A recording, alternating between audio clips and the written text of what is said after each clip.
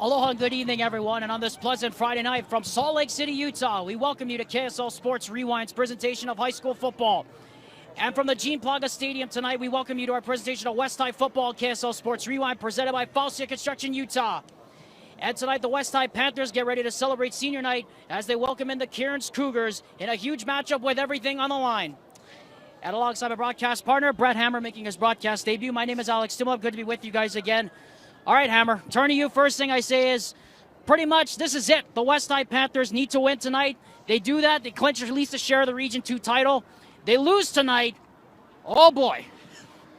Yeah, and the thing is it's the games that you have to win when you're playing an opponent that you should beat, that those end up being the ones that just cause the puck to drop in the back of your mind. So we're going to have to see what West decides to do. Hopefully they should come out looking strong. But again, watching what happened last night, we know Friday Night Lights, anything can happen. So West High has won the coin toss. They've elected to defer their option to receive the kickoff. So we'll get to see the Kearns Cougars first. And the big story we have to let everybody in on is that the Roy Royals went into Granger last night, Hammer, and absolutely throttled the Lancers at home on their senior night. So all the pressure now is on the West High Panthers. And you're right, this is the game they have to perform in, and it's always these kind of games that test who you really are. And when you're a team like Kearns, you know that it's senior night. You are coming in looking to just wreak havoc, looking to upset, looking to take down a West High team that has looked dominant all season outside of Mater Dei and American Fork. So if you're Kearns, you are looking to cause a mess and just run amok on West High tonight. So let's take a look at the keys to the game real quick, presented by Heidemann Associates, the full-service law firm that is committed to winning for their clients. Hammer, I think there's two keys for both teams, and they're pretty obvious in bolded text what they are. For West, it's going to be do it for the seniors. It's going to be really easy to overlook this game, like we said, going into a huge showdown with Granger next Wednesday. The focus needs to be on this game tonight. Otherwise, the Panthers will face the same fate that Granger did last night. It helps when you have Isaiah Suesue as the quarterback. And then for Kearns, the key there is contain, Suesue. Isaiah Suesue is just a big play waiting to happen. He's lightning in a bottle, electricity on a football field. Kearns had trouble getting their defense in gear last week in the second half, and the test doesn't get any easier tonight against West. The only chance they have is to keep Suesue in that pocket, get pressure on him, make him run around. Hopefully he makes some mistakes. Do that, and the Cougars have a chance to repeat what Roy did last night against Granger.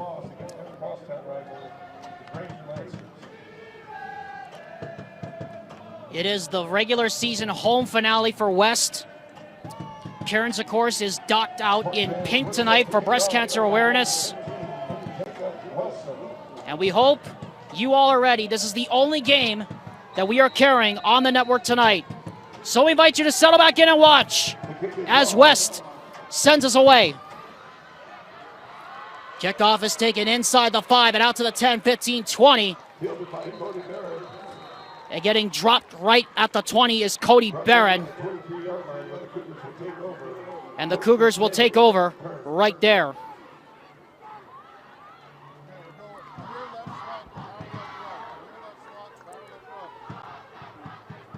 It will be 1st and 10 there for the Kearns Cougars as we get to see their offense for the first time. And Hammer, it'll be interesting to see because we're watching the starting quarterback, Teki Finau, in warm-ups. It's going to be really key for him to get the ball out quick against a really tough West D. Yeah, sometimes he struggles to get the ball out incredibly fast, especially they like to run a lot of RPO, so we'll see what they decide to do.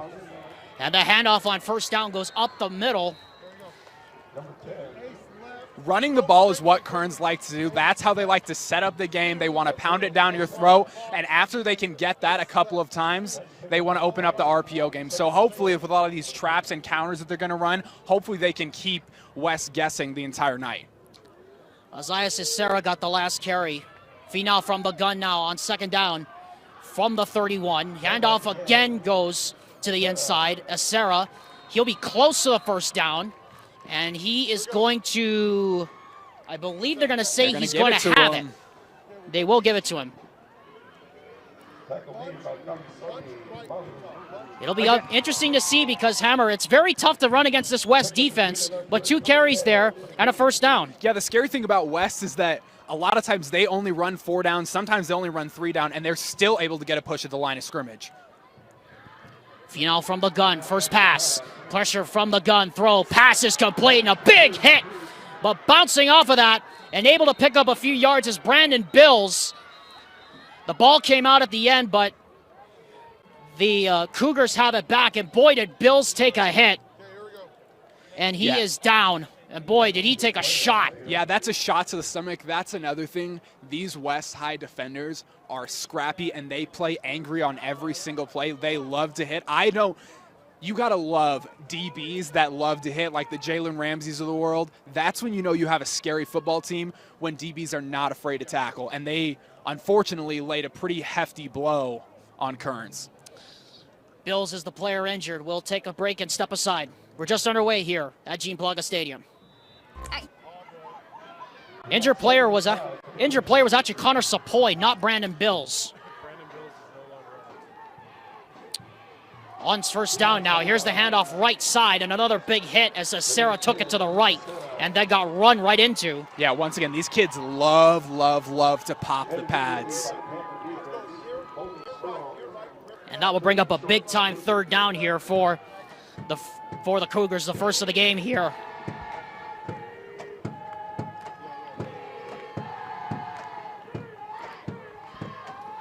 Third down and call it 4 from the 40. They need to get to about the 43-yard line.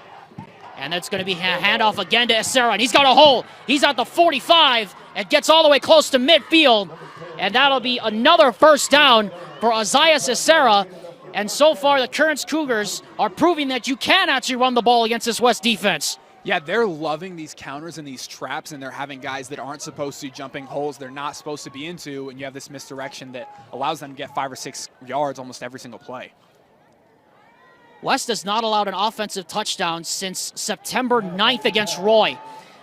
Out of the gun now, throwing on the run, and that pass is dropped in and out of the hands. Yeah, that's a dangerous throw to make.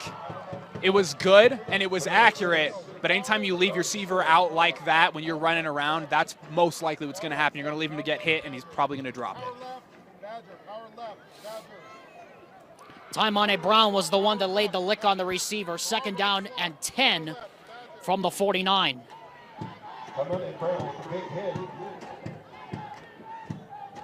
Essera remains a single setback next to Finau. Finau drops the pass and now hands off again to Essera. And Essera will get about maybe 3. And that will bring up another third down here. And Hammer, I hate to be the bearer of some kind of news here, but do you think this is where you go for it early in the game? So if you're probably planning in this scenario, you're probably going to run the ball setting up a fourth down because you're not deep enough that it's worth punting or kicking a field goal. Finau back to pass, throws. It is just out of the reach of the intended receiver, Smith. It's honestly a great play call like there. I love the back shoulder fade. Sometimes you just don't make the throw. Capelli Smith, the intended receiver. And it is going to be a fourth down punt here for Kearns. And it will be Capelli Smith.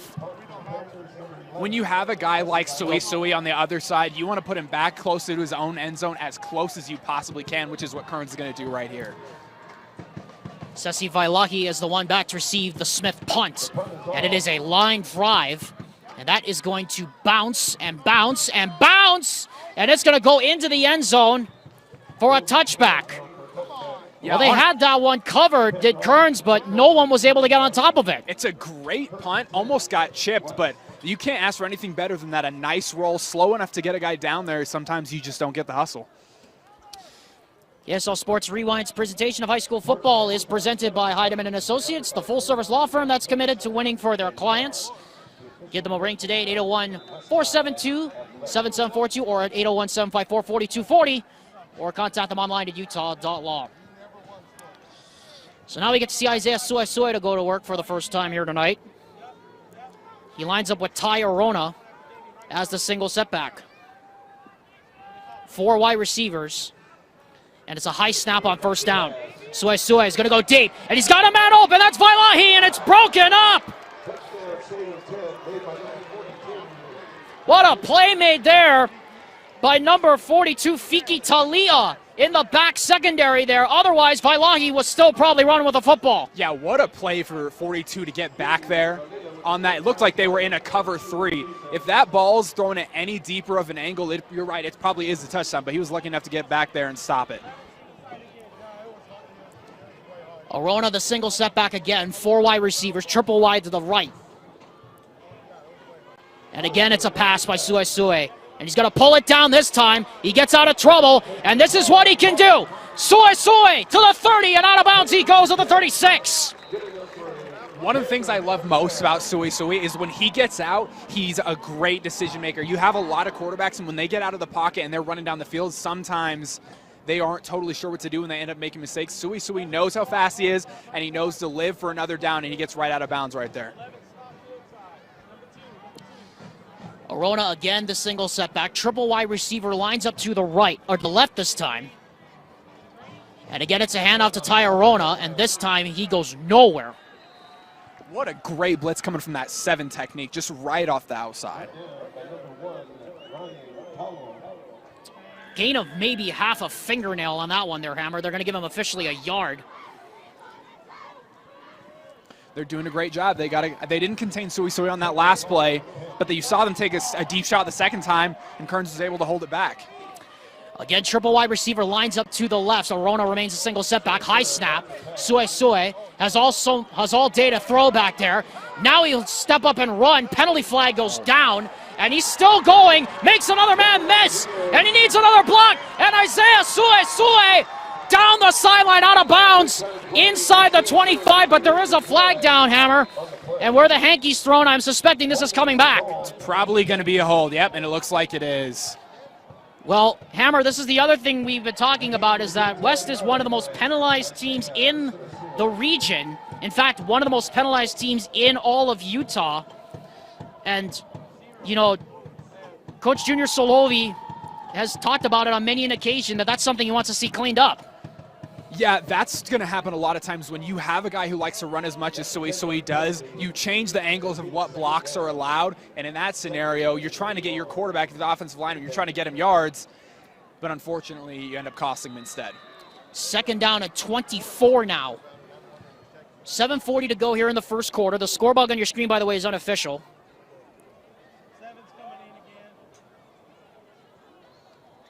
Play clock down to 13 here. Sue has to see it. He does. He breaks the huddle. Triple wide receiver lines up to the left. Single receiver lines up to the right. Arona remains the single setback. They just get it off, and Sue throws to Arona, and it's incomplete. And that will bring a third down and a mile here for the Panthers. They haven't made him uncomfortable enough that he's made any mistakes, but they haven't allowed West to make big plays, and as long as Kearns keeps momentum, not even necessarily in their favor, but just middle ground, they're going to have a chance to win this game. Because we saw the way they ran it on offense, the defense is not giving up anything big, and that's what you want if you're Kearns. Third down and 24 now. Ball is at the 21. They need to get to the 46 for a first down. Sue, looking. Now he's going to step up, tries to get out of the pocket. Penalty flag goes down again, and this time he is brought down. That is what we like to call a coverage sack.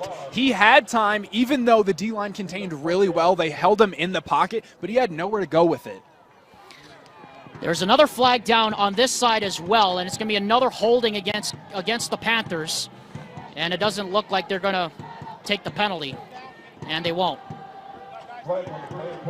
So the penalty really did the Panthers in there, and the Cougars are now going to get the ball, at least with excellent field position off this punt here.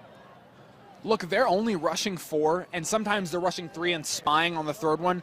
They're mixing coverages up and their calls on defense, and that's what's giving Sue a little bit of trouble. Vailahi now to punt. Returner standing back on his 45. That's Capelli Smith, and it's a good one. And it's going to take a forward bounce. Smith thought about it, thought better of it, and it will die right at the 36-yard line. So that is a 44-yard punt and no return, net 44 there for Sessi Vailahi, and the Cougars will take over with relatively excellent field position. That has to give them some confidence, Hammer, knowing that you're able to stop and at least make Suai play off his own mistakes there. Yeah, anytime you want to come and beat a team that maybe according to the odds should beat you, the number one thing you want to do is don't give up big plays and don't make mistakes. It was smart. Don't touch the punt. Just leave it where it is. Don't give them anything more than they need. Finau from the gun now on 1st and 10. Hands off. This is Fauatea. And Fauatea goes absolutely nowhere. Ryder Messina was the first one to contact him at the line of scrimmage there. And that's more like what we're used to seeing there from the West defense. Yeah, again, not even really a huge blitz, just getting home with 4 and setting the edge really well is what happened right there. Haven't seen Finau pass it a lot yet. Now they'll go back into the pistol. Reminiscent of the Chris Ault days at Nevada, Hall of Fame coach. Guy I grew up with, playing against for many years. And this is a running formation they like to run out of. And Fauatea is going to go absolutely nowhere, but there's a flag down on the other side of the field. And Capelli Smith, meanwhile, has his helmet off. And somebody's going to get penalized. It looks like Vili Tuaone is going to get a 15-yard penalty here for a personal foul, because Smith was in a dogfight basically with him, and then his helmet came flying off here near the 45 here, Hammer. Yeah, you talked about it. West is one of the most penalized teams in Utah, and as much as I love chippy DBs and guys that love to hit, sometimes that kind of chip on your shoulder attitude, hit everything attitude is going to end up costing you a lot of yards. And in the Taylorsville game, that is exactly, Taylorsville had an entire drive where they walked down the field on penalties alone. Roy back on September 9th, you're referring to that one. They basically just marched right down the field because of the hankies. Yep. And again, that's what deflates it. That's what moves momentum. That's what is going to keep Kearns in this game, honestly. So Capelli Smith gets to stay in because his helmet came off because of the actions of the defender. Again, a tight bunch formation to the left. Fauatea remains the single setback next to Finau. And I suspect it's going to be a run. It is to Fauatea, and he goes absolutely nowhere. My goodness, he got run over. Check that, it's a Sarah. Excuse me. And Khalil Lalfal, the senior, came right up and nailed him. Part of the issue when you want to be a dominant run team is everybody in the world knows exactly what's happening on first down. Manaya Brown also came in and laid the lumber on him. It almost looked like they both came in, Hammer, from opposite sides, and nobody blocked them. Yeah, no, they looked like they came completely unblocked. But again, one of the things you want to do if you're a good run defense team is set that edge. 2nd down and 12. They lost 2 on the play. Now Finau's forced to pass. Pressure coming. Throws in the flat. That's complete to Fauatea. Makes a man miss. Makes another man miss. And he's going to get about maybe 6 yards on that one for the big boy, and now it's 3rd down and a little bit more manageable here for the Cougars. Yeah, you're right. He is a big boy, and the last thing, if you're a DB, the last thing you want to do is have to hit a fullback out in the flats after they've picked up momentum carrying that football. Not exactly a Noshawn Moreno built type of guy is Kaimani Fauatea, but certainly reminds you of that. 3rd down now. Here's a handoff to him, and he is not going to get there. Not even going to be close. Taimane Brown knocks him down in the backfield, and again it's 4th down, and it's decision time here for head coach Matt Rickards, and he's going to bring the punt unit again. Again, keep the game slow. Don't give up anything unnecessary, because if you give the ball, as we've seen, you give the ball to Sui right here, anything can happen. Put him back as close to his own end zone as you possibly can. Capelli Smith will kick it away to Sessi Vailahi, who's standing back on his 10. 4:30 left to go here in the first quarter. We're underway here on this Friday night from Gene Plaga Stadium here in Salt Lake City. Smith's punt is another line drive, and it's going to go towards the sideline, and a beauty. It's going to bounce out of bounds at about the 10-yard line, and they will mark it right at the 10. 35 yards on the punt, no return.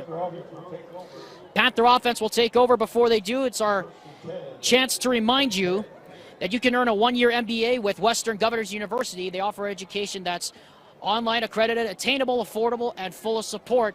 That's the power of the nonprofit University of U, Western Governors University. Alexander Tumulip and Brett Hammer here at the Gene Plaga Stadium in Salt Lake City, Utah. Officially 4:15 to go first quarter.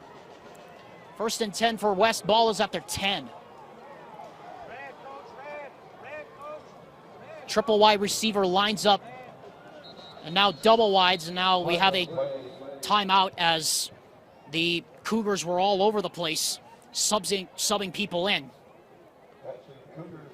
Smart play. Again, keep it within your control. Don't give up anything big. And as we saw in the last few plays, West is trying to take shots based off that one opportunity they barely missed on that first play of the game. They want to go right back to it. And if you watch a lot of West High football, they like to go back to the same thing over and over again, just to let you know they know what they're going to do, and they're going to go right ahead and shoot for it anyway.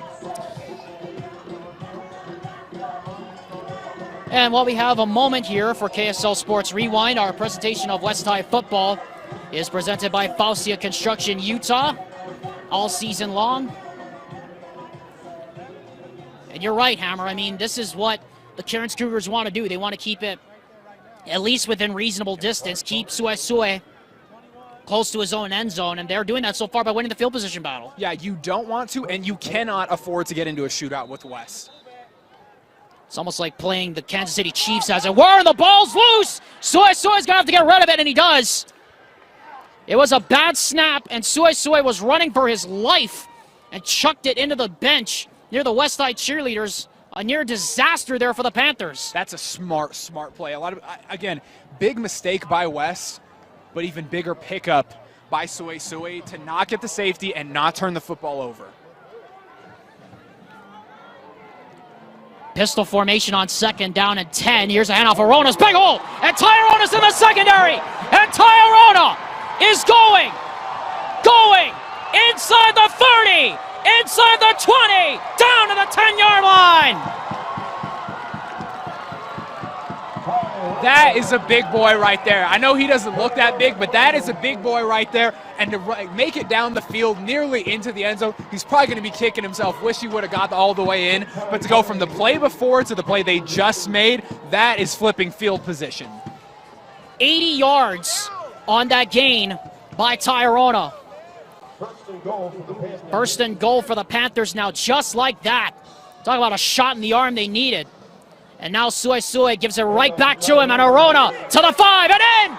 Touchdown, West High Panthers! We just said it a couple minutes ago. West has no problem running pretty much the same play back to back because they're that confident in what they do, and they're willing to just run it again on the same drive because they don't think you'll call them on it. Took just 3 plays, Hammer. They go from nearly fumbling it out of the end zone for a safety, and they get a touchdown out of that. But crazy. Again, they're saying, look, you can beat us if you want to run the ball, but we are not going to allow Suesue to dictate and run all over us in this game.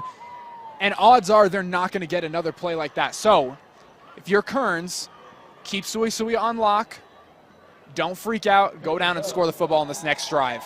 Ari Nori knocks through the extra point. And with 3 minutes, 26 seconds officially left here in the first quarter, it is 7-0 in favor of the West Panthers. Back in a moment after this word from UCCU. At UCCU, we'll provide you with a low-rate line of credit that makes it easy to access the equity in your home with no fees or closing costs. Simply complete an application on your phone or computer and select the low-rate option you prefer. And then sit back and enjoy the peace of mind that comes from knowing you have a low-rate line of credit. Ready for whatever life throws at you. To learn more or start your application, visit uccu.com or stop by any branch. Well, behind an 80-yard run by Tyrona, he finishes off the drive with a 10-yard touchdown run. It is 7-0 in favor of the West High Panthers here as West High football presented by Faustia Construction Utah. It's also presented by Oh My Photo by Naomi Messina, located at 7819 South Highland in Cottonwood Heights. Whether you're looking for a photo shoot with your family, team, occasion, or any other time of the year you need, come support Naomi Messina at Oh My Photo. Call them at 801-949-6365.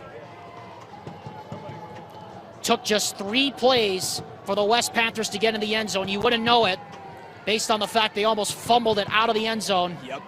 On the very first play. Alexander Timolip and Brett Hammer with you here at the Gene Planga Stadium on a 76-degree night here in Salt Lake. Clear skies. Absolutely gorgeous night for football to celebrate West High Senior Night. Friday nights do not get any better than this, especially if you are a team on upset alert. Taken on the run here by Smith. Capelli Smith out to the 20 and a great open field tackle. And that's where the Kearns Cougars will start on offense. First contact on the play made there by Winston Hola on the special teams unit there for the Panthers. I don't know what they do in practice, but I'd love to know, because I can't remember seeing a group of guys, receivers and DBs, that love to hit like these kids do.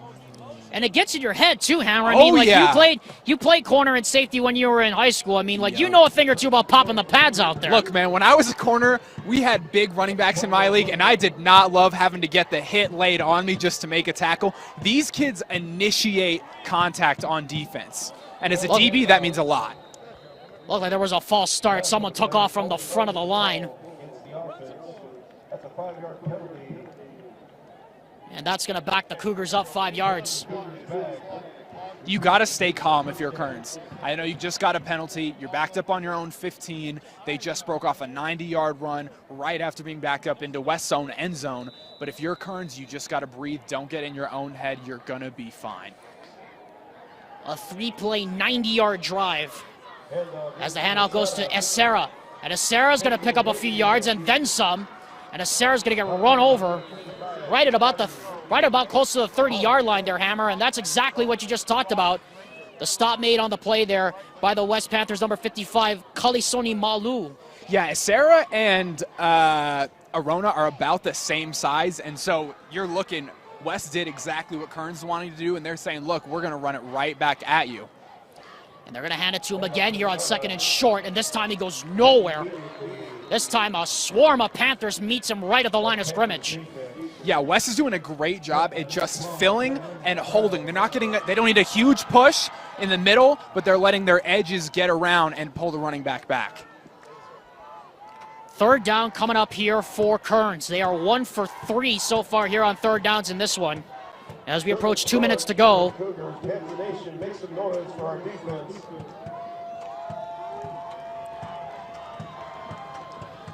On 3rd down and 2, handoff goes to Essera, and he has got it. Trudged through the pile and got the 1st down. Yeah, he didn't seem to think he was down, but this is what I'm loving from Kearns. They are not afraid to continue to run the football. Just because they get stopped a couple times does not mean they're going to try and play a different game. That's exactly what West wants them to do. They're playing their own football, and they're keeping their own pace.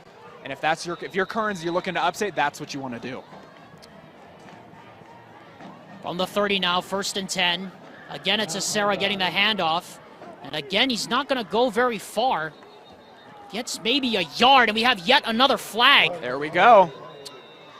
That's already going to be the 3rd penalty, I think, against the West Side Panthers already, and all of them most of them have been personal fouls.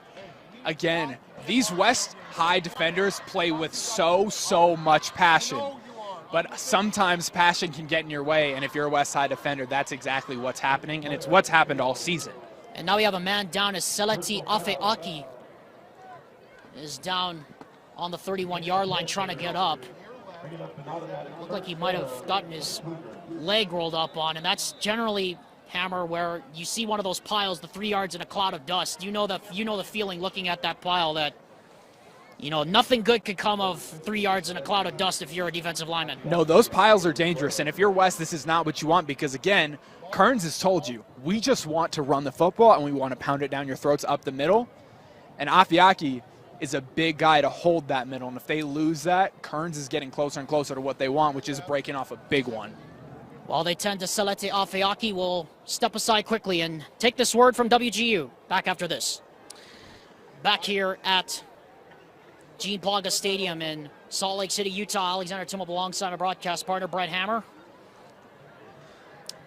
7-0 is our score between West and Kearns on this West High Senior Night, presented by Faustia Construction Utah. which is also presented by Intermountain Fire Protection. Can we give a big shout out to these guys carrying Afiaki off the field? Do you Yeah, squat enough, goodness Alex, that you can carry gracious. him off the field? And he's going directly onto the cart below us, so that is definitely not a good sign. We don't want to see that. As Finau is back to pass, throws, got a man up the sideline and incomplete. West had a nice blitz dialed up, which unfortunately led the receiver to not even knowing the ball was coming, and he was overthrown. Yeah, defensive coordinator Bryant Messina loves to bring those blitzes right off the edge. If there's one thing, Hammer, we've talked a lot about in this first quarter, it's that West sets the edge and then they just fill right at the point of attack. West also does a really great job at playing man coverage, which allows you to get those midline blitzes. And here is a midline blitz and going nowhere on another running play. As that was Teki Finau who tried to keep it on the keeper, and now it is 3rd and a mile here. Yeah, it looked like that wasn't a designed quarterback read. I wonder if there was a little bit of bobble of the snap, and rather than fumble and cause a mistake, he decided to hold on to it, which unfortunately loses you yards, but it is a smart play. 3rd down now and 11. Finau, blitz, coming, throws into the seam, and it's incomplete. As Capelli Smith was wide open down the seam on the post pattern, and Finau just about had him. What do we talk about? They love to blitz this West High defense, and that leaves them playing a lot of man coverage. And if you want to torch and get into the end zone against man coverage, the post is a great route to do that. Unfortunate that the ball wasn't caught, but what I do like from Teki is that he's not allowing the blitz to make him make mistakes and throw bad passes. They're not accurate, but he's not giving the football away.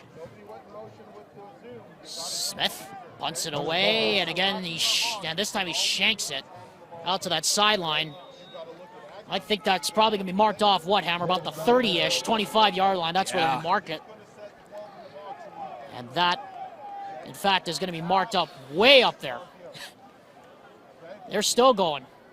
And it's going to be marked all the way up at the 37-yard line. My best guess was a 35. Wow. Well, if your best guess was the 35, Hammer, it was right there. I guess that's true. I was pretty close. Yes. Just slightly off there, buddy. Slightly off. Also, special shout out to our sponsor. Well, here comes Suesue again, and this time it's Efoti Vainuku who goes into the pistol with him. Double wide receiver to the left. 46 left here in the first quarter. 7-0 West. And a handoff, and going absolutely nowhere is Vainuku. He's still got about 2, but boy, this is going to be a physical game, Hammer, isn't it? Just these two offensive lines are just going to probably pound each other down into submission here. Have we seen, outside of the one from the fullback from Kearns, how many completions have we even seen this game? Everything has been run, even with Suesue. It's been designed pass, but he's been breaking it off into a run. I don't know how many completions we even have. Venture to guess, we probably have only had, maybe 2 completed passes.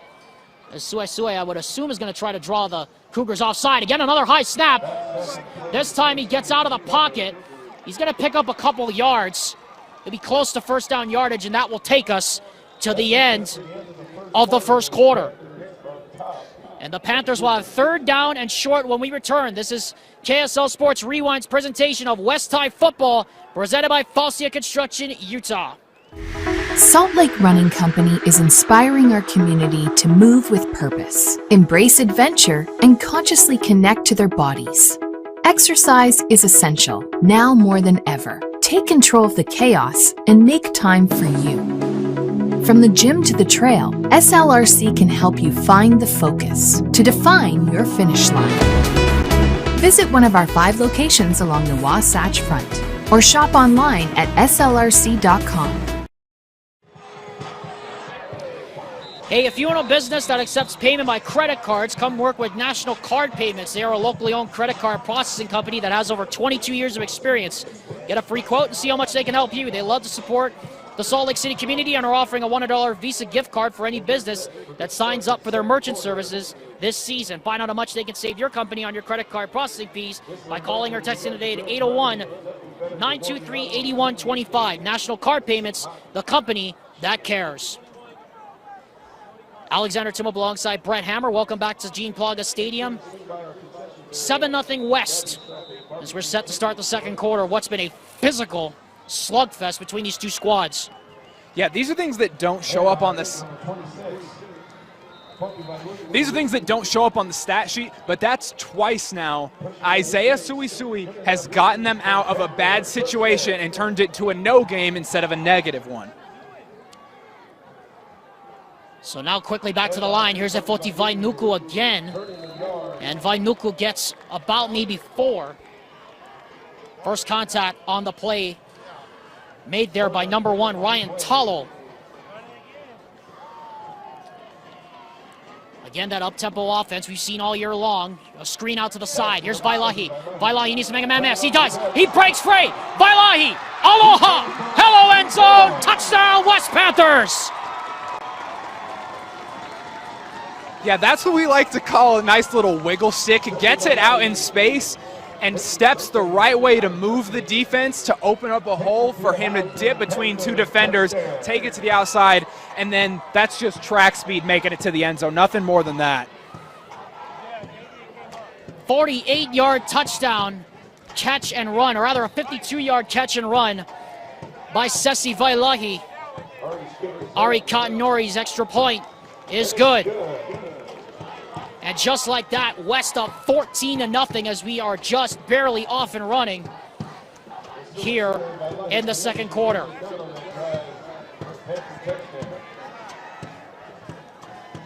Well, Hammer, I turn to you now, and we talked about how good this West offense really is. I mean, they really just made 2 plays out of really nothing.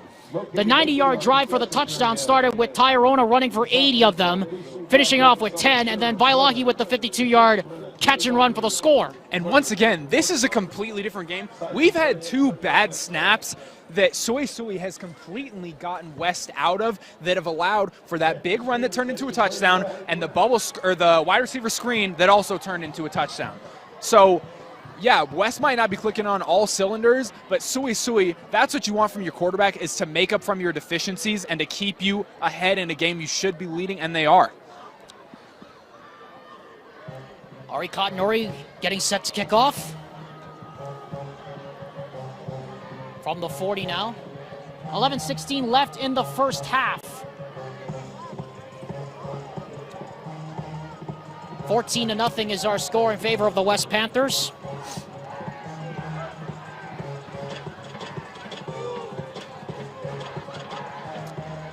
As we're having some substitution issues here, Panthers not sure who should be out for the kickoff team. And that's something you would think, Hammer, they'd have figured out by this point in the season. Yeah, especially on kickoff. That's not one of those things that changes very much, and then for him to run on and then run back off.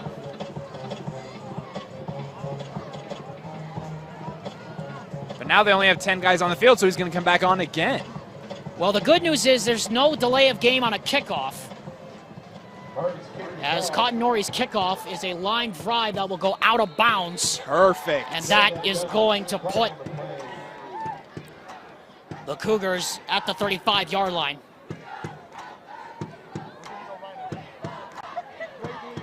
If you're Kearns, you can't and shouldn't freak out, because you've had multiple plays that should have or could have been big plays, beat man coverage, so you're not completely being swallowed, you're not getting hung up on anything that you shouldn't. Kearns has every chance to get back into this game. This is nowhere close to even over, and West is not swarming or swallowing them the way that they should be.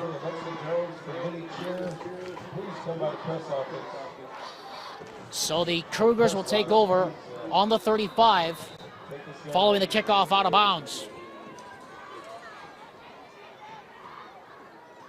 Man goes in motion to the right. Finau looking, throws the screen. That's complete to Smith. And Smith is going to get buried. He gets maybe a half a yard forward progress. But again, that play was just too slow in developing there, Hammer.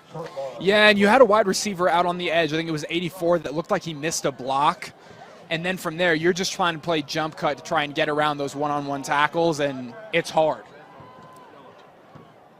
Smith now lines up with the slot to the left. And the handoff goes to Acera, and Acera squirts through a hole. And he gets to about the 42-yard line, and that's going to bring up another third down, but it'll be third and manageable here. This is a big third down. It is a big third down. You're close to the 50. I wonder if they run it here again to set up 4th and short, or if they think that they'll just get it right off the bat. We'll see. They're in trips left, so let's see if they get out of an obvious rundown and get this thing out to the edge.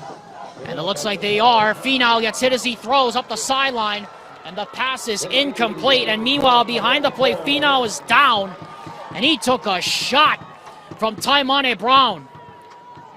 That's the thing you love as a DB. You just get shot out of cannon, and you have free range to go pop the quarterback. Unfortunately, the quarterback does not love it as much as Techie is not loving that hit.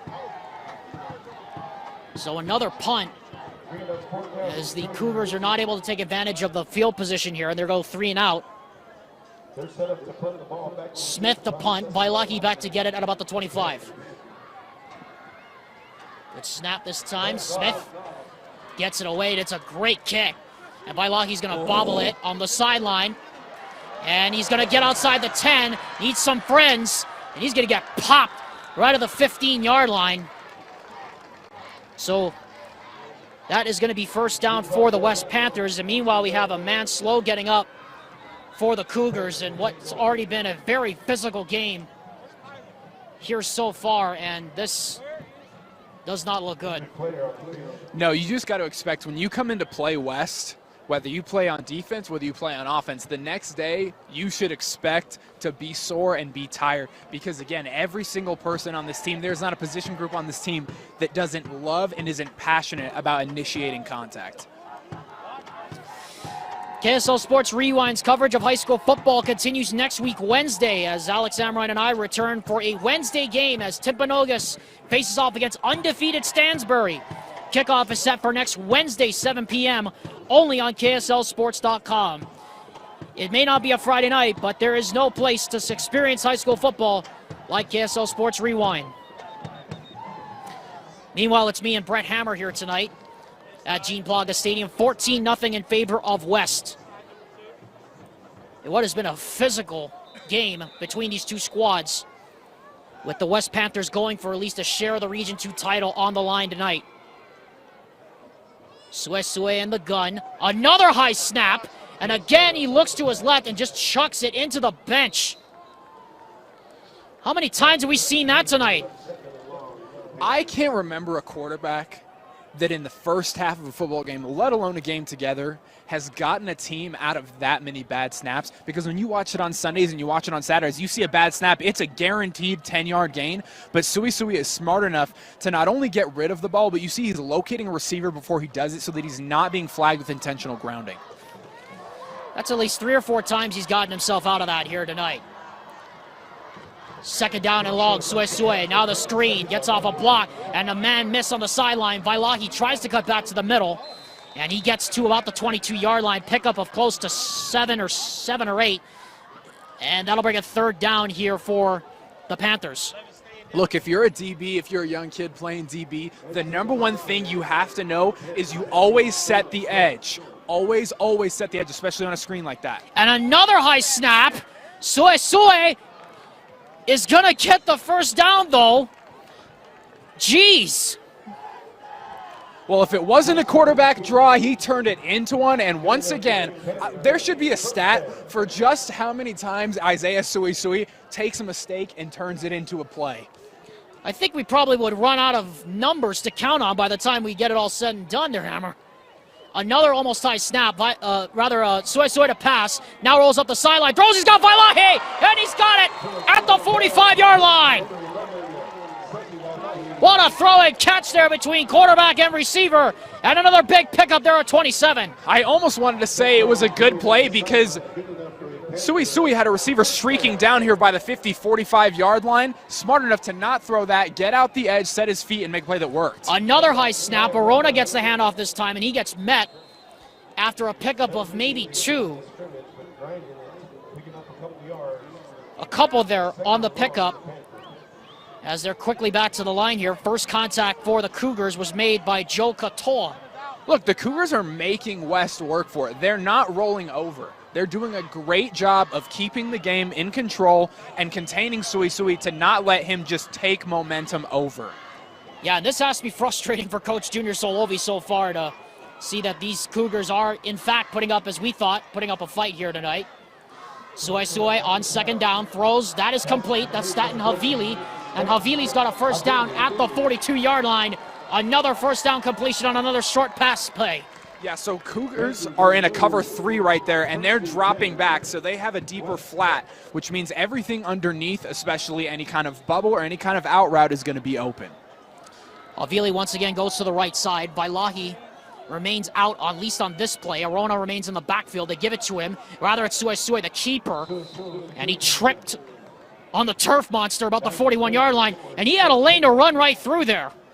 Yeah, Cougars definitely can send a big prayer up to the turf monster on that one, because you can say, oh, well, we had defenders there, but Suisui is a two-hit guy. You're not taking him down on that first shot to the legs because he'll run through it.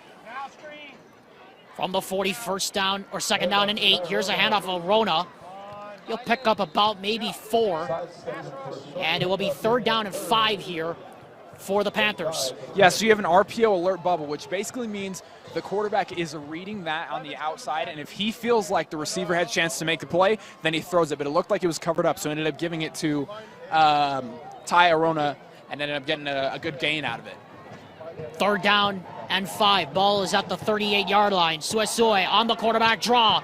He's going to be close, but he's going to be short of the first down by about a yard, and it's obvious. You have Isaiah Suisui, you go for this. You're in a great position where the run game's worked, the RPO game has worked, so either way, you're probably going to be able to get this. And when you have 2 guys outside to your 3, I bet you they run an RPO right here and get it to the outside, get it to the edge. And they could also try to draw offside. They are within field goal range for Ari Cotton-Nori, who was hitting from about here in warm-ups earlier this afternoon.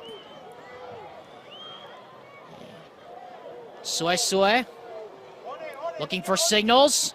Now he's going to go under center, and now we're going to get a timeout by Junior Solovi. And we'll take one with them as well. 6:06 to go, first half. 14-0 in favor of the Panthers. Back after this message on KSLSports.com. At UCCU, we'll provide you with a low-rate line of credit that makes it easy to access the equity in your home with no fees or closing costs. Simply complete an application on your phone or computer and select the low-rate option you prefer. And then sit back and enjoy the peace of mind that comes from knowing you have a low-rate line of credit. Ready for whatever life throws at you. To learn more or start your application, visit uccu.com or stop by any branch.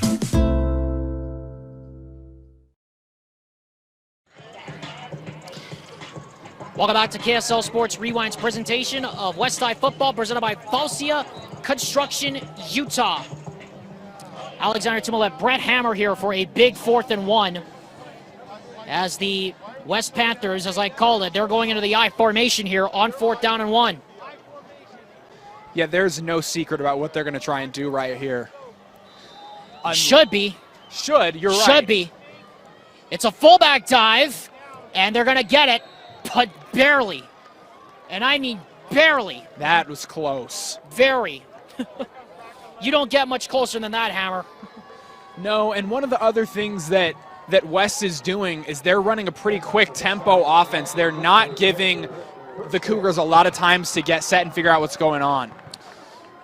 So first down now, first 4th down conversion of the night for the Panthers as we are inside of 6 minutes to go here in the quarter.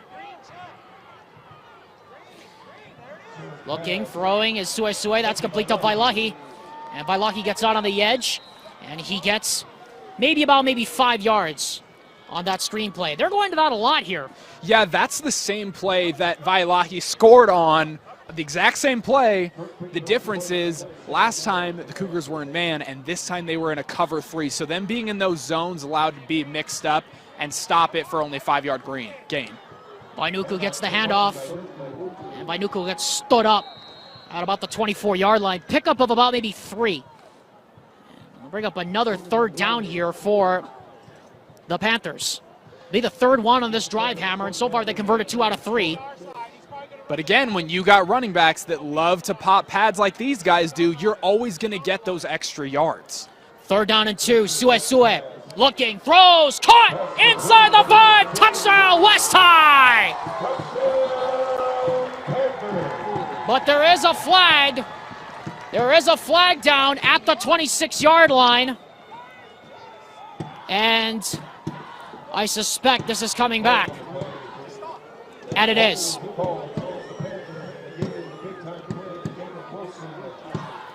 So the touchdown by Jacob Wilson wiped off the board because of yet another penalty, the 4th one of the half for the West High Panthers. And now this is going to get really interesting because now you're in third and long instead of 3rd and 2.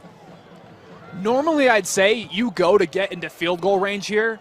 But again, when you got Sui and Vailahi who can make huge plays, that's not a guarantee to go to field goal right now. You can get this. 3rd down and now long from close to the 40. They're going to screen it, and the pass is incomplete right through the hands of Maya Brown.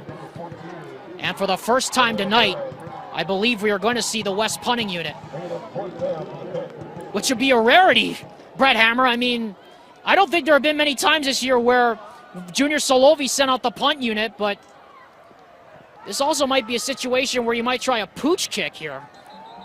Yeah, I feel like ever since the kick 6 between Alabama and Auburn, nobody ever wants to kick anything that they guarantee they can't hit because field goal kick coverage is not good enough to stop a return. And so in this case, you think that your kicker probably can hit from here. We saw him in pregame. We saw him hitting from just about this spot. He had enough room that if he needed a couple extra yards, he could make it. But again, the fact that they're punting here lets you know that the West Panthers are not as confident that they can lay the beat down and that they're going to be as dominant against the Cougars as they usually are. They are feeling this a little bit, and they're showing you that right here. Right, because as we talked about, Hammer, coming into this game, Granger got routed by Roy last night in an upset. So the pressure's on the Panthers. I mean, we've been talking about it all night. We can talk about it till we're blue in the face. The Panthers win this game. They win a share at least of the region title. And if they don't, the whole can of worms gets open. Obviously, if you're the Cougars, best case scenario is you get 1 touchdown going into the half. But to me, even if it's 14-0 going into the half, it's what's expected, right? And right. if you're West, you're expecting that you're going to have a huge gain, and going into the half. But if you're only up 14-0, you start to feel that a little bit, especially when, again, like you said, we consider what happened last night. So Sue does look like he's going to pooch punt it. But it's a high snap. He's going to throw and throws it over the middle. The pass is incomplete. Intended for Jacob Wilson. And just like that, it's going to be Kearns who takes over at the 36. Sorry about that, folks. We lost our video there for a second. We got it back, though. Capelli Smith was stopped for no gain on the end around play, the double reverse end around.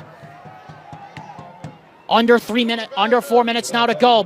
Throw is incomplete, and again, it's off the hands of Capelli Smith, and that's one, Hammer, he probably should have caught. I don't think we've seen, and again, I wish we had stats for this, but I don't think we've seen a single completion of where the ball has traveled over 5 yards. Every completion we've seen has either been off a bubble screen, a wide receiver screen, or it's been dropped if it's been any deeper than that. 3 3/4 minutes to go. 14-0 West. Blitz showing, and here they come. Finau throws up the seam into coverage again. It's incomplete, and a late flag comes in from the back. I'm not sure about this one, Hammer. Yeah, I'm not sure about that one either. If the receiver can see it and is going to make a play for it, then I think you can argue that it's face guarding. But to me, it didn't look like the receiver even knew where the football was. So to call it pass interference, insinuating that the receiver was going to make a play on the football, I just don't think that's accurate. But again, when you're the most penalized team in Utah, yes, the refs are looking to see that, and you give it to them when you do things like that. Gerardo Alcantara was the intended receiver, the tight end going up the seam, but was blanketed. And eventually it results in a penalty and a first down. The third first down by penalty here for West in penalty here for the Cougars rather here in the first half. And we have yet another flag, theme of the night, and this time it's a false start. So that last set of downs, you saw West was sending the blitz, and then the last time they had a mid-blitz lined up and they dropped out of it and dropped back into coverage. But here on this first down right here, West was not going to send a blitz at all. Again, there's little signs that show you West is feeling this a little bit, and we've had Cougar receivers get open, get possibly able to get 15-yard gains, and they're not, but they are putting a little bit of fear in West. Handoff goes to Fauatea, and he gets nailed right at the line of scrimmage. Not much room there. I mean, you talk about some pad popping. That was it right there. It has been a physical first half, Hammer. No gain. And he stayed up. His knee was down, but he stayed up, and so he ended up taking another licking that probably wasn't hard enough after the play enough to be a late hit. But again, you don't want to take any more hits than you have to from these West Panthers. Second down and a mile now. No gain on that one. 15 officially from the 46. Smith comes in motion. Final. Blitz coming off the edge. Again, he gets hit as he throws, and it's incomplete again. And there was nowhere to go on that one. Intended receiver Marley Seol there. And it's third down and 15. You would think that we were playing in some kind of rain or snow or weather that made it so that these passes can't be caught, because that's when you run a lot of bubbles and a lot of flat and out routes is when the weather is bad, but it's just the quarterbacks have been unable to connect deep today. It's not a full moon, I can tell you that for sure. It's a waxing gibbous off to our far side. Now third down and long. Final throws, and it's incomplete! Oh, goodness gracious me. I mean, you talk about being so open. Connor Sapoy was so wide open, he dropped that right out of his hands. So what starts to happen when you play receiver is it's just like shooting a basketball. You got to get in a groove of when the ball touches your hand, it feels comfortable, and you don't even think about it. It's like shooting a free throw. The issue happens when you see a lot of balls hit the ground, when you see the ball bounce off hands, it just immediately you start to think about it. Again, like shooting a free throw, you start to overthink it, and even when you're incredibly wide open, you drop passes like we saw right there. Been the theme of the night of a lot of those passes. Smith with a rugby-style punt. Vailaki takes it on the 20. 30.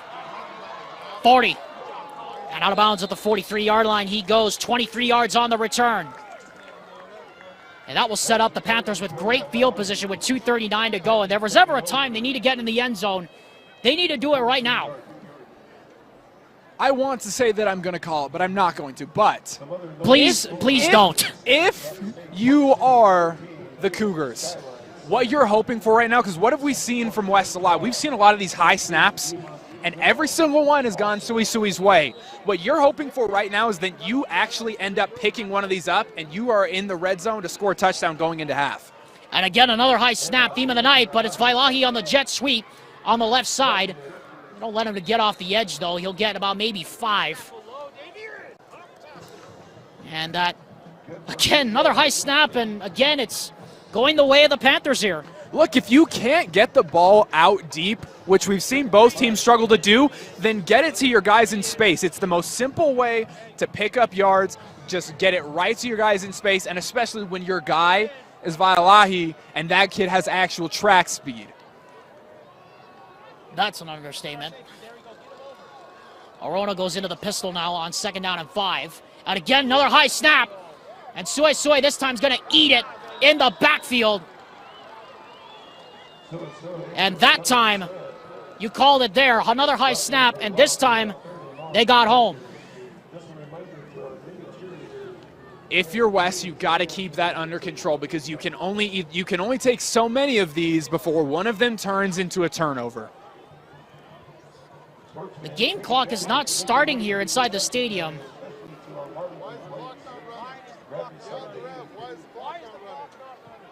The Kearns coaches are all over here wondering the same thing we are, why the clock's not running. That's happened several times tonight, Hammer, where the clock is just not started. Or it's been stopped at really bad times. It is unfortunate, but if you're Kearns right here, you have them in third and long. the more time on the clock, the better, because you need points going into half. Again, I don't think it would be the worst thing in the world if you go in 14-0, but you need points going into half.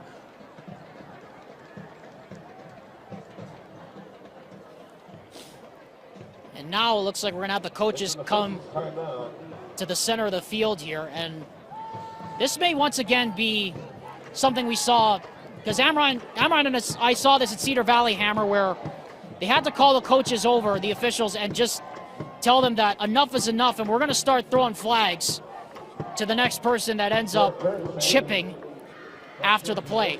Yeah, we saw 62, the offensive guard, I believe, chipping with one of these DBs downfield on the play before.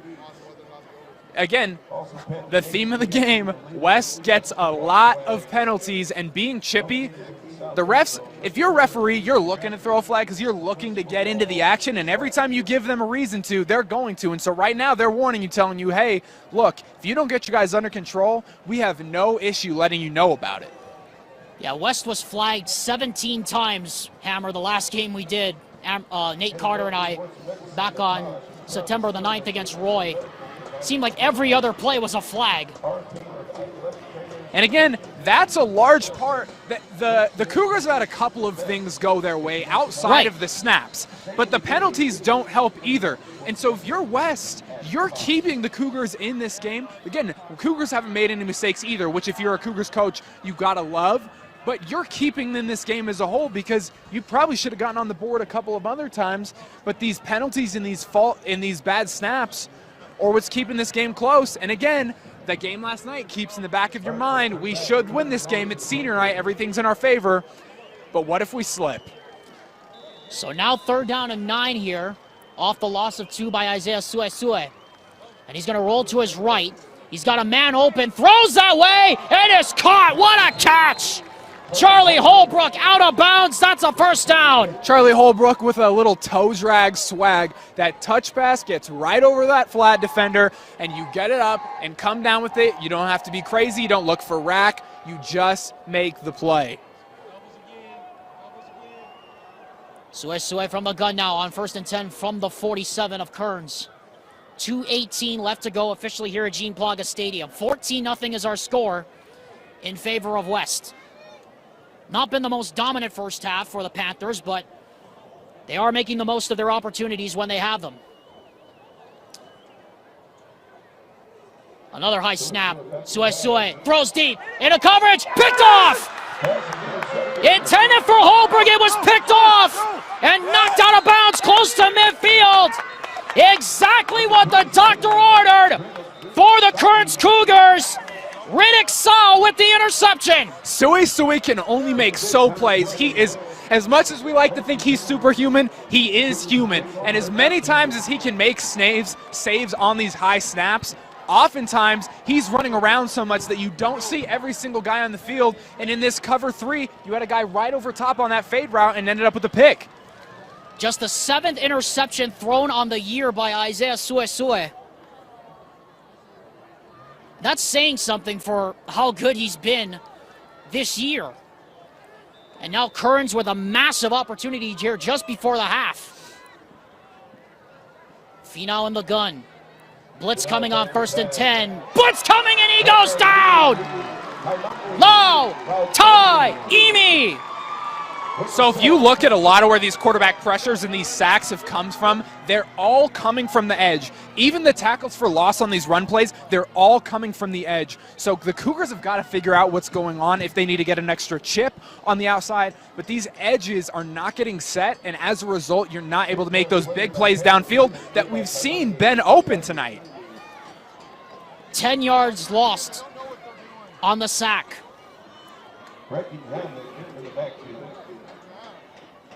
Triple wide receiver lines up to the left. Finau wasn't ready for the snap, and the screen pass is blown up. Winston Mahal with the stop there, and now it is 3rd and a mile. Not exactly what you want here if you're Kearns.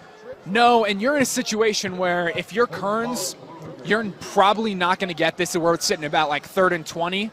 So if you're Kearns, what you want to do is run this clock out you don't want to give the West Panthers any shot to score again before you go into half. Just save it where it is right now. And one timeout is left for Junior Solovi, so you would think if it's a running play, Hammer, they will get that as Finau is forced to eat it. That actually works out in the end because Kearns did not give it away inside the red zone. And Junior Solovi will indeed use that last timeout with 1:11 to go. It looks like the morale on this Cougar team is a little bit low, because when you have a disconnect like that where a linemen aren't even set and the center's snapping it anyway and then the quarterback's not ready for it at all, everybody's out of sync, everybody's out of sorts. And to be honest with you, I thought we would see a lost snap from Suisui before I saw it from Teki. So Vailahi will be back to receive the punt again. So after the interception by Saul, not able to do anything with it.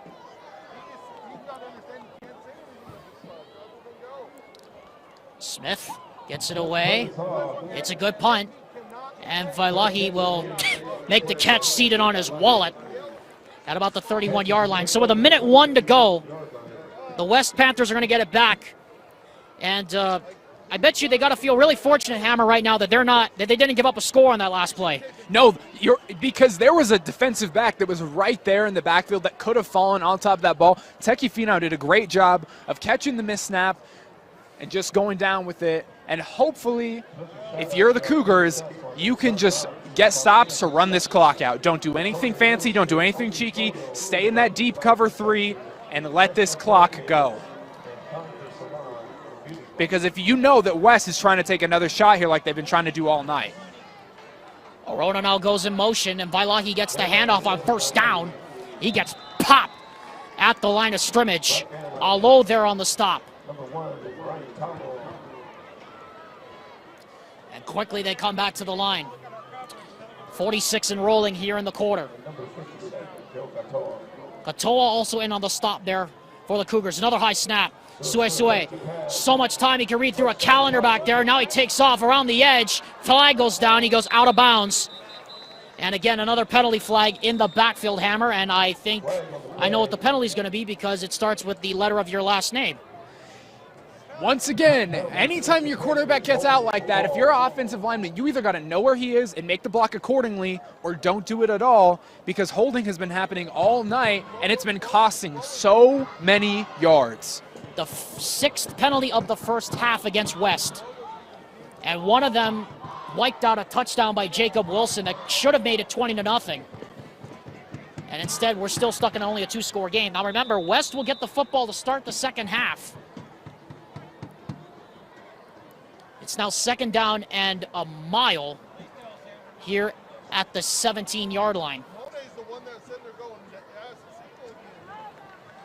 Orona lines up as a single setback now. High snap again. And Sue into the secondary, still on his feet. And he's going to get most of the yards back and then some, and now they're going to have to hurry. 20 seconds. Clock stopped momentarily, I don't know why. And they cannot. And now we're going to have a stoppage here as the clock and the spot were all over the place. And so we're going to try it again.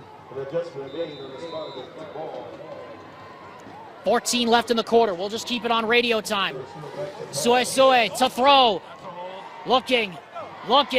He's got a lot of room, but he's going to need some help. Sue is going to just eat it at the 40, and that's going to do it for the first half. So, Brett Hammer, that was an interesting first half, but I think Kearns should be lucky they're only down 14 right now. It could have been a lot worse. It could have been a lot worse, especially with the offense, especially with Suisui getting out as much as he did. But again, if you're the Cougars, you have a lot of things that you can fix, a lot of things to work on, a lot of things to cover up, but you got to be happy going into this 14-0 with the amount of possessions that West had and the amount of points on the board. You should be happy if you're West, or if you're the Cougars. It's going to be a very interesting second half, to be sure. Well, it is 14-0 West at the end of a frantic, but sometimes sloppy and definitely ugly 24 minutes here at Gene Plaga Stadium. When we come back, we'll have reactions for the first half, our thoughts and our keys to who needs to do the most to win in the second half. This is KSL Sports Rewind's presentation of high school football. West leads it 14-0. Welcome back, everyone. KSL Sports Rewind's presentation of high school football continues. West High Football KSL Sports Rewind is presented by Faucia Construction, Utah. Before we go any further, we'd like to remind you that KSL Sports Rewind's presentation of high school football of West High Football is presented by Victoria Real Estate and Financial Services, owned and operated by Victoria Tadavasa and family. We are a team of industry professionals committed to genuinely serving our neighbors on the West Side with all their real estate and life assurance needs. As a proud alumnus of the West High School Class of 04, Victoria and her family continue to look forward to supporting the Panther community. That's Victoria Real Estate and Financial Services, a proud sponsor of West High Football. Alexander Timolet, Brett Hammer here at Gene Plaga Stadium in Salt Lake City on a 69-degree night as the moon peers over us from above. Well, Hammer, it's been an interesting first half, to say the least. It's been sloppy. It has been... okay, you're going to have to help me out on this one. I don't even know what to call it. Is 14-0 what you thought the score was going to be at halftime before we did this game? Pretty much not. Pretty much not. Because that's where I'm at. I figured we were either going to be at a 7-7 stalemate, a 0-0 stalemate, or it was going to be 35-0 West High. And so I'm not sure totally how I feel, but if you're the Cougars, you got to be happy because it's only a two-score game.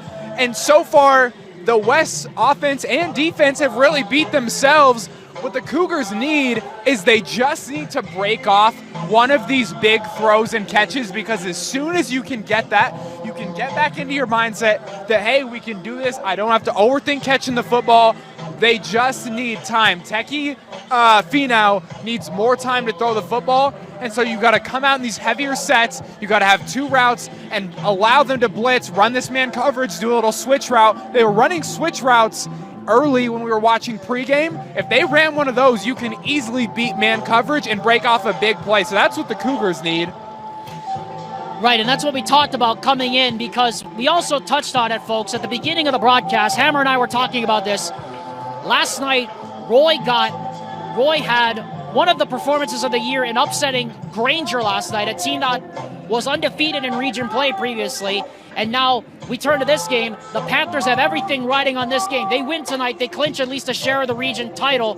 If they don't, it's a three-way tie between them, Roy, and Granger heading into next Wednesday's game against the Lancers, which ain't exactly going to be a walk in the park either. No, it's not. But Friday Night Lights means any given Friday, means anything can happen, especially in a situation where we thought that the Cougars were probably going to get overwhelmed and swarmed by West, but West has honestly done a great job of beating themselves. And so if you're the Cougars, you got to look at this and say, look, we made some mistakes in the first half. We nearly turned the ball over a couple times, but so far we've really played relatively clean football, all things considered. And if you're the Cougars, you just got to ride it out, play smart, don't get into predictable play calling. That's been one of the issues with the Cougars all season long, is they come out in sets that guarantee the play they're going to run, and they also got to start doing more play action and run pass option on first down to get out of this predictable blitzing on first down from West. Well, we'll see if anything changes in the first half, from the second half rather. We want to bring you up to date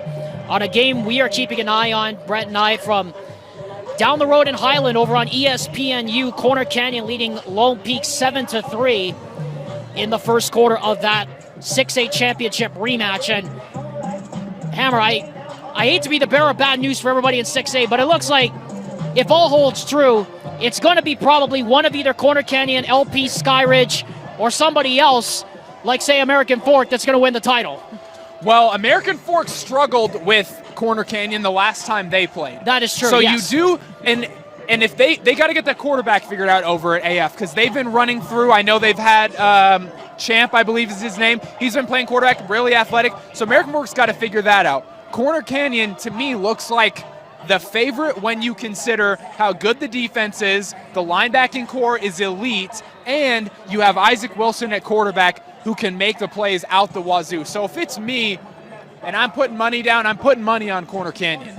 Right, and I would put money down on also Isaac Wilson being possibly the front runner along with Ryder Burton for the Deseret News Mr. Football. But I hasten to say that we talked about it in the open, Hammer, that it was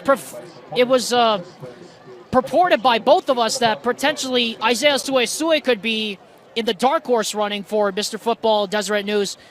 We haven't really seen much of what he's capable of here thus far. No, he hasn't had a lot of opportunities to make big plays. He's had a lot of opportunities to save West from themselves, but he hasn't gotten the opportunities to make these huge plays to go and be the human highlight reel that we've seen him be a lot of this season.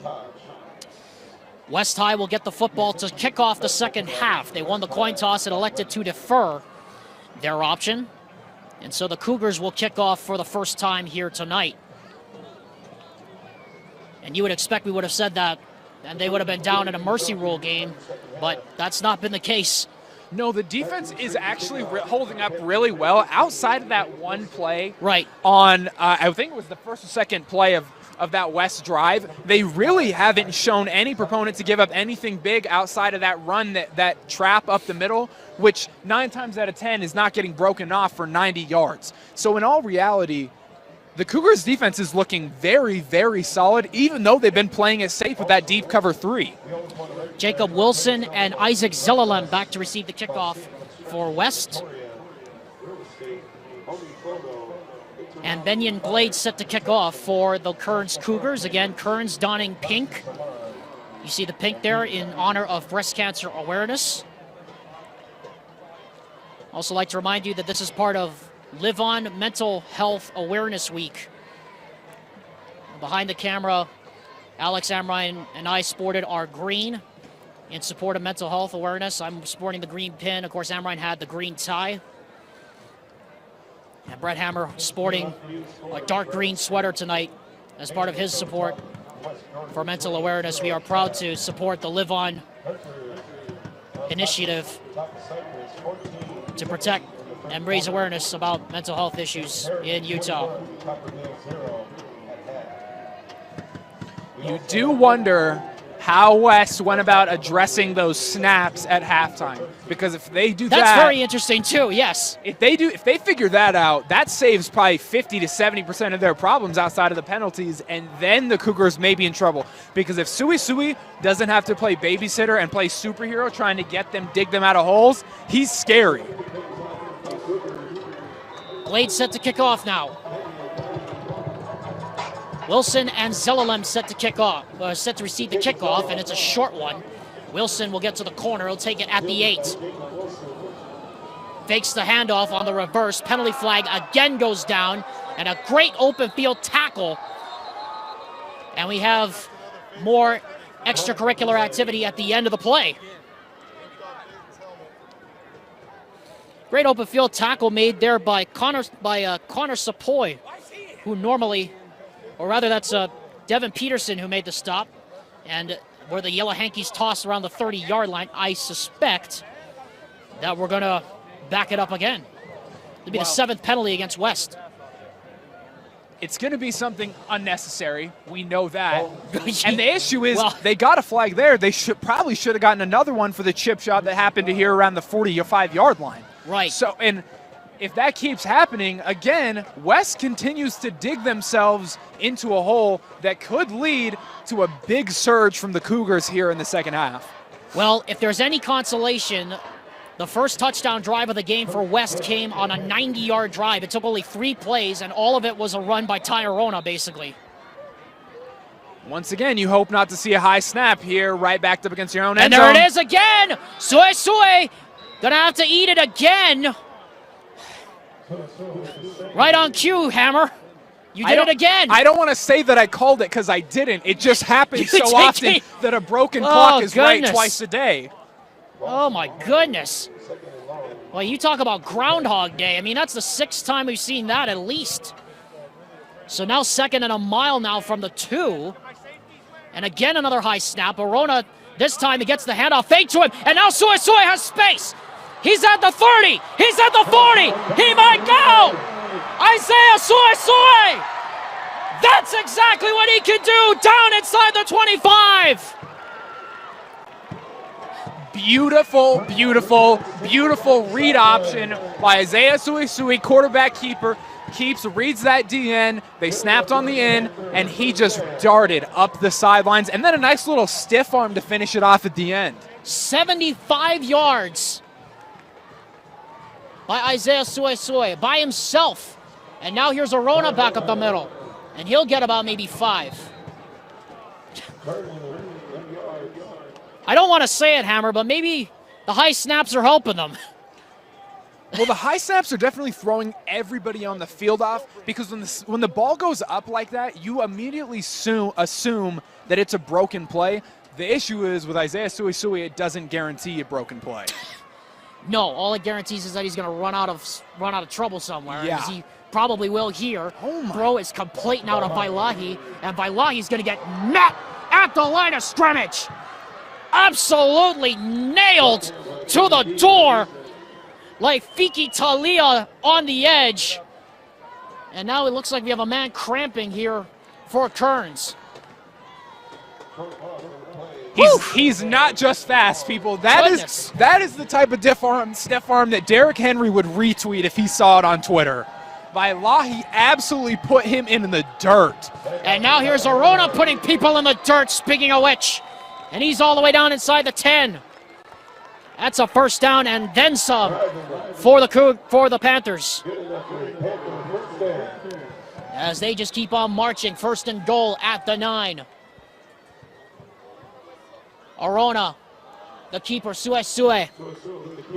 And Suisui down inside the 5. It's been the kind of a game, just physical and just seeing who can get the bigger push as they come quickly back to the line. Yeah, they're not afraid to run the same play or a similar play over and over and over again. And then when you stop the run, Suisui keeps it. Another high snap, but Arona gets the handoff, and he charges toward the goal line. No signal yet, and he's going to be just short of the marker.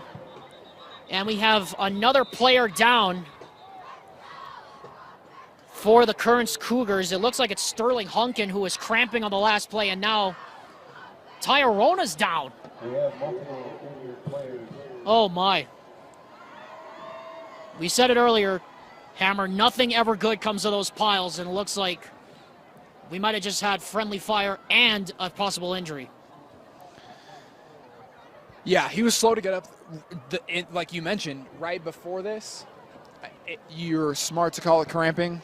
We'll see what it is. But again, just consistently, like they're getting attacked up the middle. Nothing more you can say on that one. We'll hope the best for Sterling Hunkin and for Ty Arona. We'll be back in just a second. Both Sterling Hunkin and Ty Arona walking off with some major assistance. Meanwhile, I want to bring you up to date on the game on ESPNU. Corner Canyon and Lone Peak are in the second quarter, 7-3. The Chargers lead that one. Again, that's available on ESPNU, on ESPN News, and is simulcast on the ESPN app. 3rd down and goal now as the Panthers will go into the flex bone here. That's something I wanted to say for a long time. Vainuku is the B-back. And there are 2 wing backs in the set. We already saw Selefeti Afiaki go out with an injury earlier. It's a fly sweep to the left side, and Vailahi gets in. Just power football right up the gut. Well, you have power football because they immediately, as soon as they got to that 20-yard line, it was just straight up the middle. Every single play, which caused them that cramping. And then, what do? You act like you're going up the middle, send a guy in motion, hand it off to him, and trust your guys on the edge to set it. And they did. And now we have a 21-0 ball game where the Cougars have to go down and score right here, wouldn't you say? Yeah, definitely. As Ari Katanori does indeed make it 21-0. A much-needed touchdown for the West Panthers. They lead with 9:05 to go here in the 3rd. Back into this word from WGU on KSLSports.com. West is up 21-0.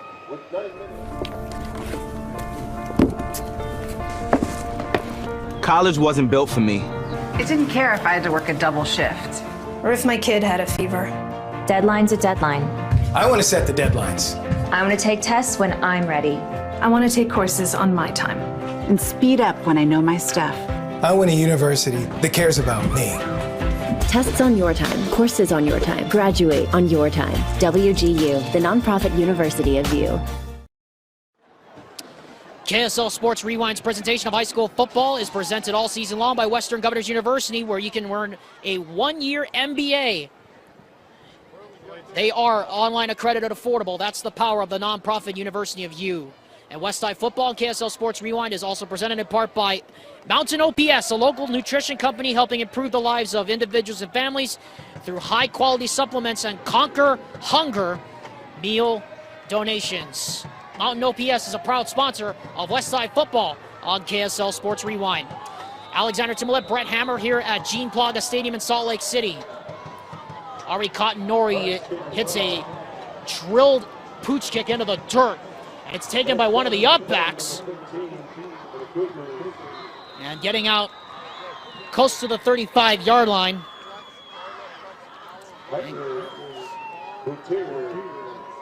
Getting out close to the 35-yard line, there is number 15, Kyler Bueller. And now it's time to see what the Cougars have got in the tank left to respond here. I like that they were committed at the beginning of this football game to making the run work. But at this point, when you're down 21-0, you have the time to make a comeback, but you cannot get into predictable play calling downs. So if you're here on first down, you really got to open it up and show West that you're going to play two-dimensional football as opposed to just running it on first down. And now the backup quarterback here in for the start of the second half, and immediately off of that we start with a flag. Theme of the night. Bryce Benson comes in, and the first thing that happens is a false start.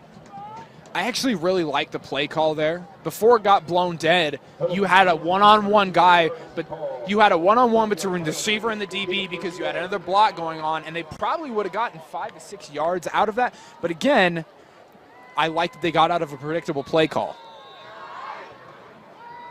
8:42 and counting left here in the third quarter. 21-0 West.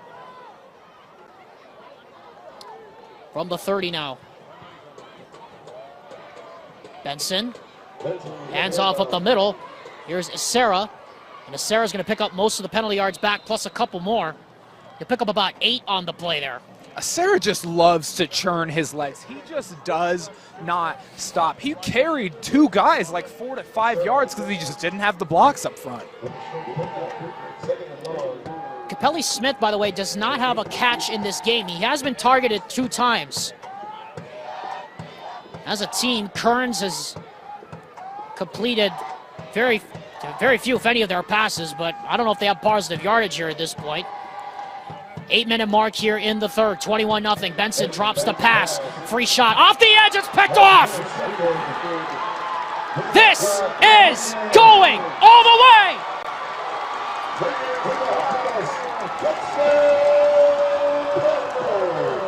Yeah, Tuione read that boy like a book. That is textbook. You sit in the flat, if they throw that slant, you hop over, and every DB's dream. Pick 6 from the flat, take it to the house. Viliata Tuione, the senior, playing his last home game with the pick and the 6. What a way to close it out. Yeah, really. And the Panthers have blown it open here, now up 27-0.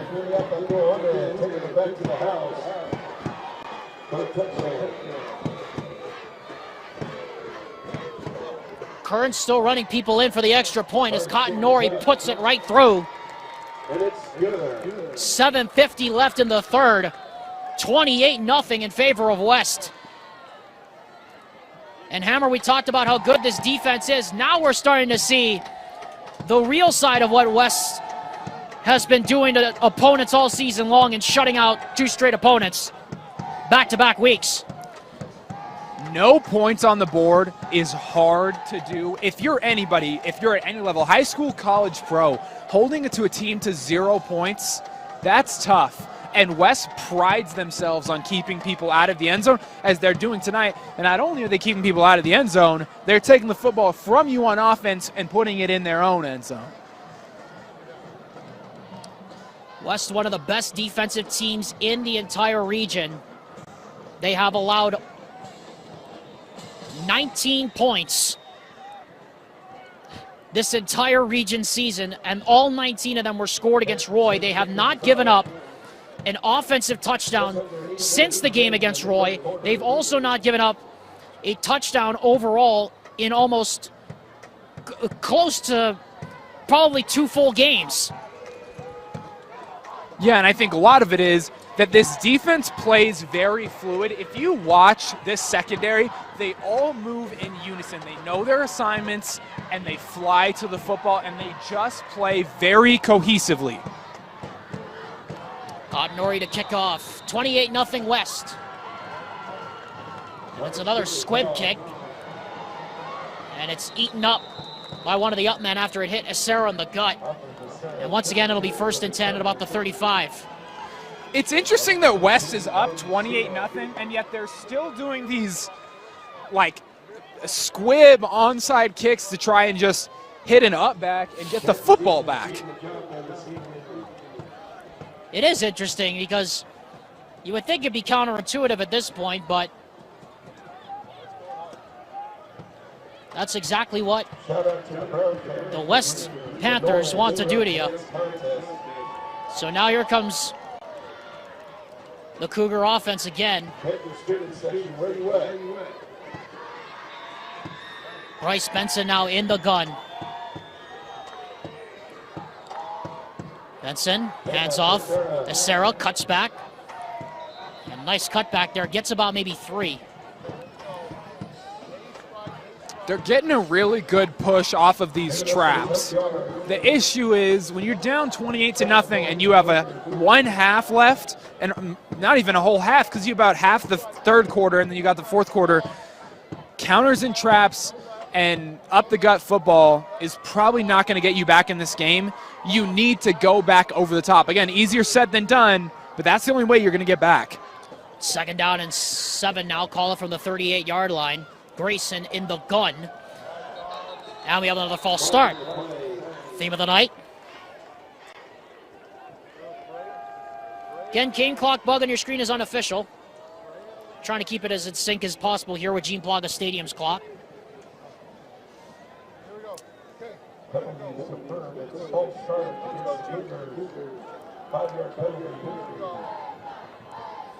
So make it 2nd and 12 now with 7 minutes, about 7 minutes to go here in this one.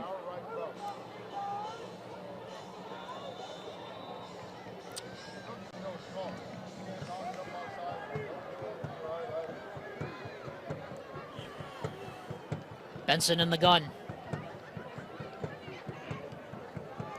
Play action, throw, pass is tipped.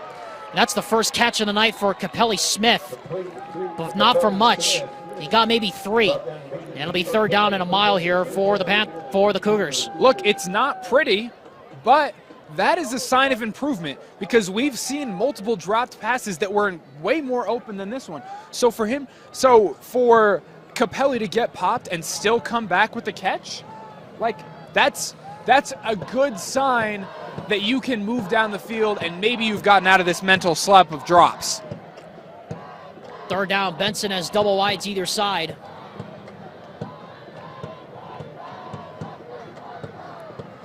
Benson, free rusher, but he's got all kinds of room. He's not gonna get there though. He'll be short by about a couple yards. And it'll be 4th and call it about maybe 2. And I mean, where you are in the game, Hammer, I think you got to go for this. Down 28-0. Yeah, and I like the decision by Bryce Benson. Don't be a superhero. Live to play another down. He didn't make a off-platform throw that could have resulted in an interception, and he also didn't take on contact that would have taken him out of the game. 4th down and 2.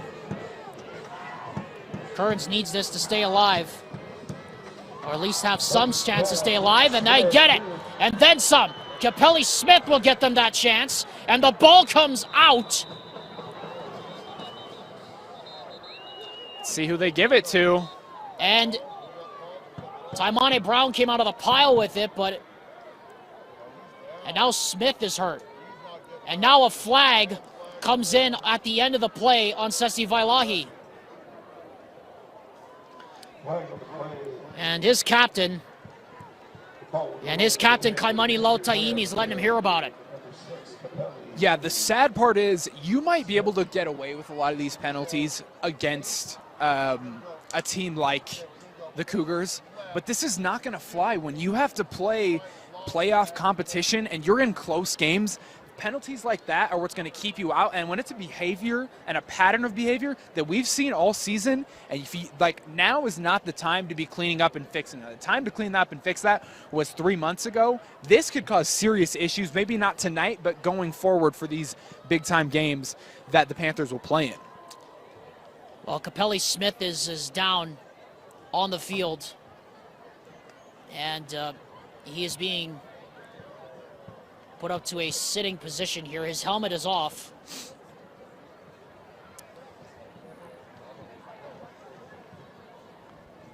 A definite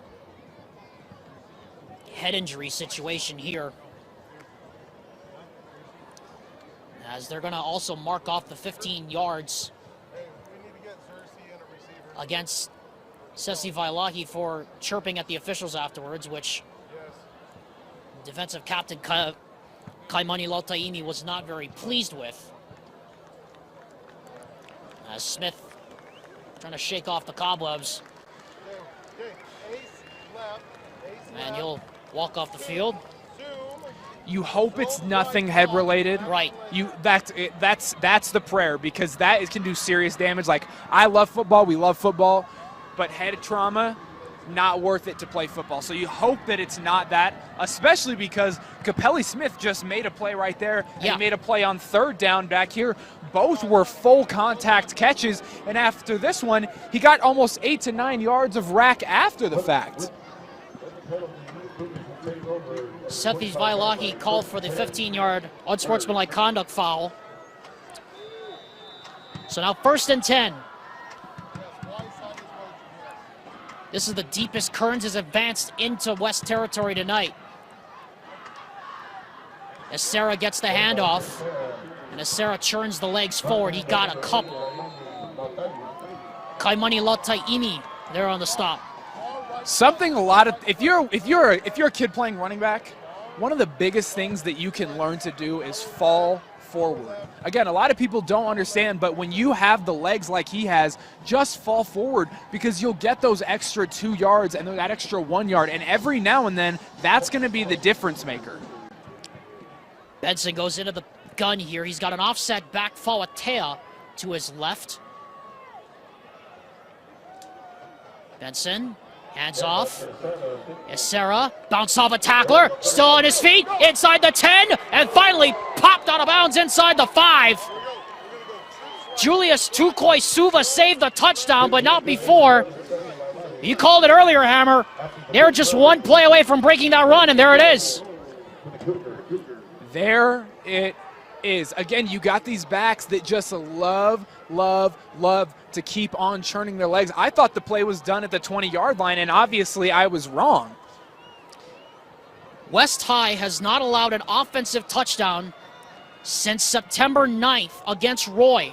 They have shut out opponents offensively for almost 130 minutes. Benson keeps it, goes nowhere. Got maybe a couple. And again, another player down inside that pile. It has been quite a physical night, to say the least, on both sides of the football. Again, the last offensive touchdown that West allowed was in the second quarter against Roy back on September 9th. Robert Young scored a 78-yard touchdown. Is that streak about to end? Benson looking, throws, caught, touchdown! Lorenzo Fawatea into the end zone. The shutout is gone, the streak is over, and the Cougars are finally on the board. It's one thing to break a 0 on the scoreboard in just any kind of game at all, But to the point that you just made, it's been a point of pride for these West Panthers to keep people out of the end zone. And for a team that hung around for a lot of the first half, and they're still trying to hang around in this game, that has got to be a major point of pride, but an even bigger point of momentum for these Cougars to say, look, it's not that we are incapable. We've just made some mistakes. But Bryce Benson made the right read. He saw that little rub route, the flat route, and the slant, and hit it perfect to get the Cougars a touchdown to take it 28-7. Kaimani Falatea, I apologize, that other Falatea I mentioned plays for the BYU Cougars. I apologize. The wrong Cougars I mentioned. But with 4:10 to go, the Kearns Cougars are on the board. And Hammer, just like I called it, that's the first offensive touchdown that West has allowed since September 9th against Roy. And if there's any consolation, I think, for the Kearns Cougars tonight, to get in the end zone against the Panthers in this environment, that's a major accomplishment. Yeah, and they really did it all under their own power. Outside of that one flag, they moved down the field all on their own. It wasn't that they had any breaks in coverage on the West side. They really did, under their own power, move down the field and were able to get that touchdown on their own. Speaking of getting a touchdown on their own, I want to bring you an update on the Quarter Canyon Lone Peak game on ESPNU. The Chargers have just gotten in the end zone again with 6:46 to go. They lead the defending state champs Lone Peak 19-3. And what is billed as a rematch of that epic 6A championship game last November at Rice-Eccles Stadium that ended 49-42. Of course, Easton Comer, the quarterback of note, moved on to bigger and better things, committed to Weber State, now serving his mission, of course, for the church in Milan, Italy. Plans to continue playing football once he returns from Milan. Benton Glade set to kick off. And it's a onside kick. It rolls through, and I believe the Cougars have recovered the football, and they do! If West wasn't afraid 5 minutes ago, they are now. That was a great onside kick. Got through two levels of West Panthers to fall on it right as it was about to roll out of bounds, and all of the momentum is in their favor. Even though it's 28-7, they are 10 yards from the red zone, a place they just visited pretty quick not 2 minutes ago. From the pistol now, 1st and 10 from the 30. The Panthers need a stop, and they need it in the worst way. Capelli Smith.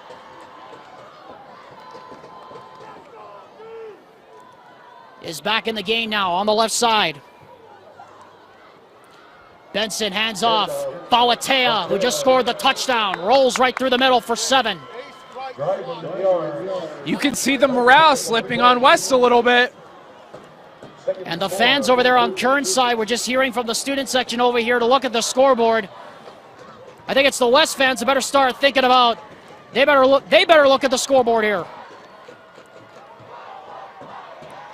From the 25, here's Falatea again, trying to break a couple tackles, and he gets ripped down in the backfield. Again, it's Brown who gets over there, and this is a huge 3rd down coming up here for the West defense. Well, and it's scary because the Cougars are playing with a reckless abandon, and they have nothing to lose. There is no fear in their hearts. They are willing to go to the end zone if they have to go for it on 4th down, whatever they got to do, because, again, they have nothing to lose. They are going all the way or nothing. Obvious 4th down territory here. Smith lines up at the slot left. Benson, hands off, Falatea, chugging his way, still on his feet. He is going to be very close to a 1st down. He'll be a half yard short. Obvious 4th down and 1. You go for it here, and this is huge. When you've run it every play this drive, I just wonder if you run it again, or if this is when you switch it up, or if you just commit and say, look, we are proud of what we've done. We're going to continue to show you we can do it. 4th down and 1.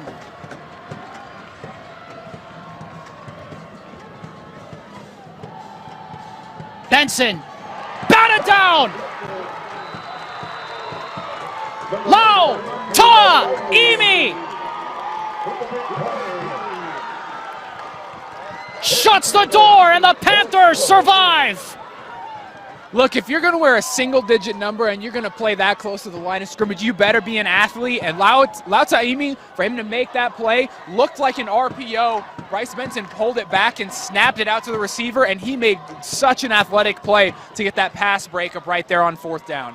Big momentum shifter right there as Capelli Smith comes off holding his left hip. He took a big hit from Sesi Vailahi after the play was over. Double wide receivers, or double backs now. Here's Afoti Vainuku right side. He breaks free. He's got a first down to the 35.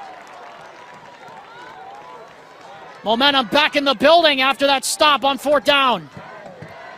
Yeah, nice job by Leone Hola to get that ankle wrap tackle, because otherwise he was probably going to the house. 28-7 now. Sue hands off Vailahi. He's got a hole. He breaks free. And Vailahi had the end zone in his crosshairs, but he tripped on the turf monster. And oh no. This is not good. Oh, now of all the things, Brett Hammer, that could have happened to West, it looks like it's just a cramp, but everybody was holding their breath for a second on this end of Gene Plaga Stadium. Yeah, that limp is not what you want to see, especially with all the non-contact injuries we've been seeing in all phases of football just over the past year. That is always scary.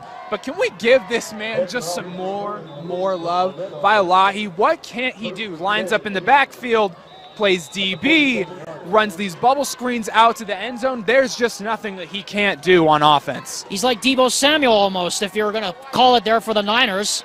Sorry, I had to drop the Niners reference in there. Here's Vainuku. Breaks free. Right side. Still going. On his feet. Stretches out. Got a first down to the 35-yard line. Check that. That's Julius Tukoi Suva, who lined up in the backfield. That's just called Shady McCoy shifty. He was not going to go down, and he was going to make you miss on his way to doing it. Under 2 minutes to go. Quickly, the Panthers marching deeper into Cougars territory. Here's Vainuku up the middle. Puts his head down. Shakes off a couple of tackles, and he gets over the 30 to the 29-yard line. Yeah, Leone Hola got popped. That's some pad popping right there. And again, what do we say about West? They have zero issue running the same play over and over and over again because they're that confident in their offense. 1:34 and rolling here in the third quarter. From the 31, Vainuku up the middle. He's going to dive into the stack, and he should have enough for the first down. That's 4 times in a row they've run that same cross-buck play. And out of that same formation, right? They're not trying to get cute with it at all. They say, we know, you know, and we don't care. And now, Junior Solovi will slow it down. In case you're just joining us, Kearns broke the over 100-minute scoring shutout by the West Panthers just moments ago. Got an onside kickback, looked like all the momentum was on their side, and now the Panthers are threatening near the red zone. It's a read option of Vainuku. Vainuku with a stiff arm at the 20, 15, 10, inside the 5, down to the 5-yard line he goes. Vainuku was not going to be denied. Great read by Sui to not play superhero. He's letting the game come to him, and he's handing it off when he needs to, keeping it when he needs to. Great play. Great run game for West to try and just finish out this game while they can.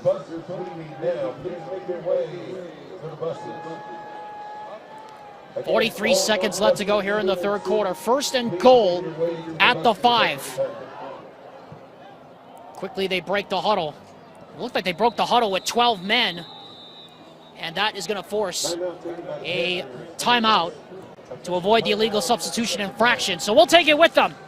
Back in a moment after this word from UCCU with the Panthers threatening inside the 10. At UCCU, we'll provide you with a low-rate line of credit that makes it easy to access the equity in your home with no fees or closing costs. Simply complete an application on your phone or computer and select the low-rate option you prefer. And then sit back and enjoy the peace of mind that comes from knowing you have a low-rate line of credit. Ready for whatever life throws at you. To learn more or start your application, visit uccu.com or stop by any branch.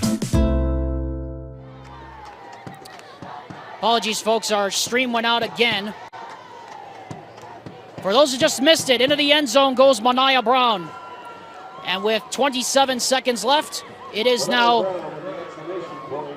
a 35-7 game. Once again, Alexander Timolip and Brett Hammer here at Gene Plaga Stadium in Salt Lake City, Utah. I want to bring you up to date on Corner Canyon Lone Peak. The Chargers lead 20-3. They're on the move again with 1:34 to go. That game is available for you on ESPNU, ESPN News, and streaming live on the ESPN app. We remind you also that KSL Sports Rewind's Friday Night Red Zone is available for you on the app, on KSLSports.com, and on KSL 97.5 FM and 1280 AM, The Zone. What a response there, Hammer, by the West Panthers after the 4th down stop. Yeah, and again, coming into this game, we were ready to see the wizardry with the arm of Isaiah Suisui, and that has not been the story tonight. They've really just had no issue running the ball up the middle. It has been the ground and pound show instead of the Isaiah Suisui show, as Cotton Nori kicks off a line drive. And Fawatea picks it up on the run inside the 5. He gets out of the 10, 15, and he gets hog-tied by Darian Ma'ae.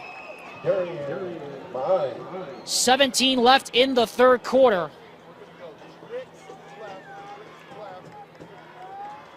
And you have to say, Hammer, the West defense at times this year has been much maligned, but they have stepped up when it really matters. No, they really have, and honestly, their only issue has been beating themselves with penalties. The one touchdown they scored that the Cougars scored was a 15-yard penalty. So if they can clamp that up, it's going to be a wild Land Shark defense heading into the playoffs. West currently sits at number 12 in the RPI, by the way. They will be potentially hosting a home playoff game in a couple of weeks here at Gene Plaga Stadium. Benson hands off to Acera. Rather, that's Fawatea who gets the handoff, and that will do it for the 3rd quarter. A wild one at that. It started with the West Panthers getting in the end zone, and then the Kearns Cougars snapping their shutout streak, getting the onside kick, thinking they had the momentum, but then the West Panthers showed them who was the boss of the court. And we now head to the 4th quarter with our score 34-7 West, leading Kearns. Back after this word from the Salt Lake Running Company on KSLSports.com. Salt Lake Running Company is inspiring our community to move with purpose, embrace adventure, and consciously connect to their bodies. Exercise is essential, now more than ever. Take control of the chaos and make time for you. From the gym to the trail, SLRC can help you find the focus to define your finish line.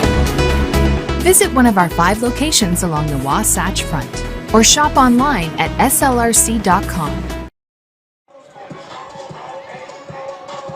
KSL Sports Rewind's presentation of West High School football continues. It's presented in part by Intermountain Fire Protection. Your home and your business are far too important to not be protected. Intermountain Fire Protection will make sure that your home or business is not only up to code but protected from fire and its destruction.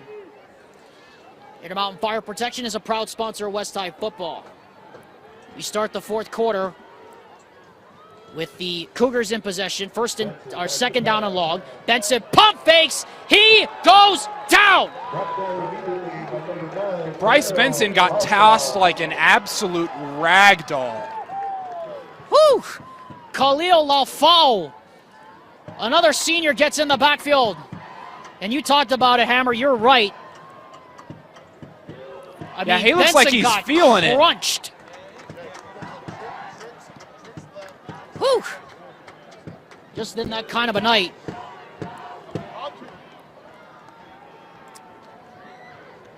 (34-7) here in favor of West. In case people missed it because our stream went out, Mania Brown, a 5-yard touchdown run, and then Ari Cottonori missed the extra point. And now we have a delay of game against Kearns. That's not what you want. Yep. Now everything's starting to unravel a bit here for the Cougars.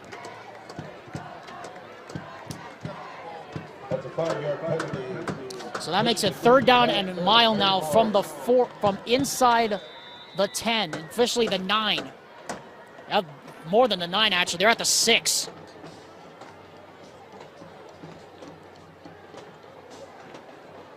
Benson looking, throws, and it's nearly picked. Probably should have been. Mae was there in coverage. And it's 4th down, and I think it's pretty obvious what you got to do here. You got to kick it away. Yeah, and the issue's been it's not that guys haven't been open. It's that when they are open, they're not looking to catch the football. And the couple times that they have looked to catch the football, they've let it bounce right off their hands because they've been overthinking it, just like right there. He could have gotten open on the backside of that linebacker, but instead he wasn't looking like a quarterback at all because he must not have thought he was going to get it.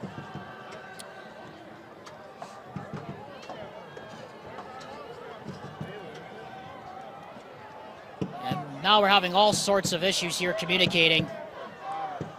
And another delay of game penalty against Kearns. That's going to make it 4th and 22 from the 2-yard line, back it up half the distance.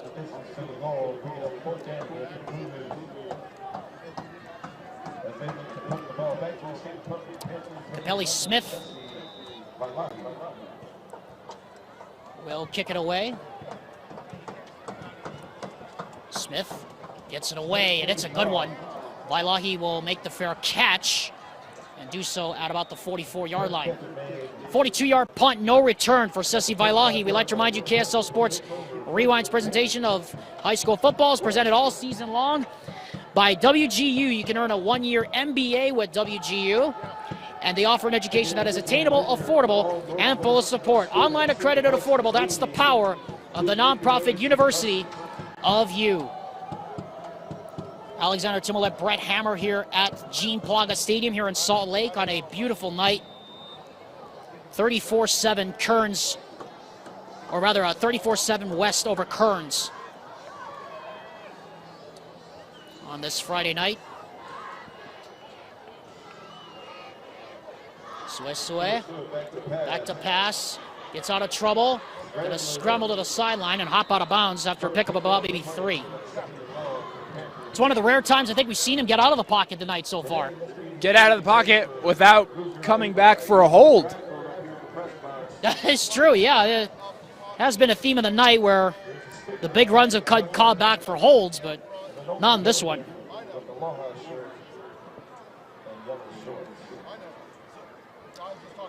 Second down now and 8. 9:57 to go. Sue looking, throws. That's complete. And rolling over after making the catch there is number 22. That is Kingsley Brown.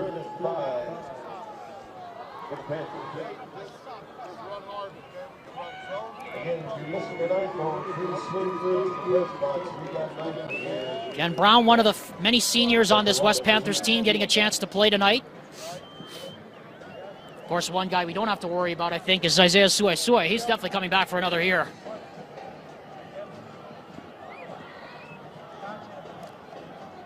Third down and 5. Double back set. And the handoff as Masao Otuafi gets the handoff. He goes nowhere, and it'll bring a 4th down again. Yeah, once again, they're running that same crossbuck play that they ran on the drive previous. And fortunately, the Cougars were able to sniff it out because they've seen it so many times. So 4th down, and no man's land here for the Panthers. They're obviously going to go for it, it being a no man's land situation. Under 9 minutes to go. And now Junior Solovi is going to spend a timeout.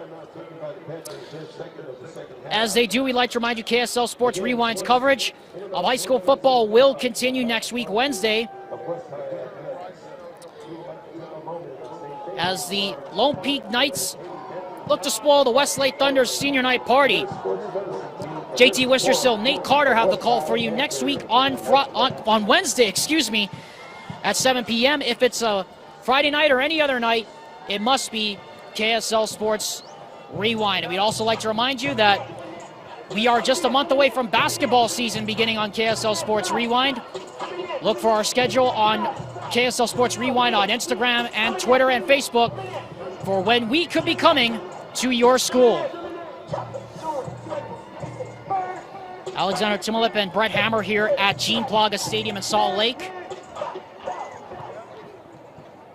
Of course, Hammer and I are looking forward to getting back and getting some rest before probably one of the biggest BYU football games of the last quarter century against Notre Dame tomorrow at Allegiant Stadium in Vegas. 4th down and 7 for Suesue and Co. He drops back to pass. Blitz coming. He's in as he throws, and the coverage! Is that caught? No! Out of bounds. What a catch, though. I know he didn't get his feet down, but to fit the ball in between two DBs, and for him to even make that pass when he got popped by both of them, again, what can't Valley Holly do today? Well, he certainly couldn't get the feet down, that's for sure. But that would have been some play if he was able to make that. But at any rate, it's a turnover on downs with 8 minutes and 31 seconds officially left to go here in the game. We'd like to also, as we do, we'd like to remind you KSL Sports Rewind is presented by Western Governors University, where you can earn a 1-year MBA with them and get an education that is offered attainable, affordable, and full of support.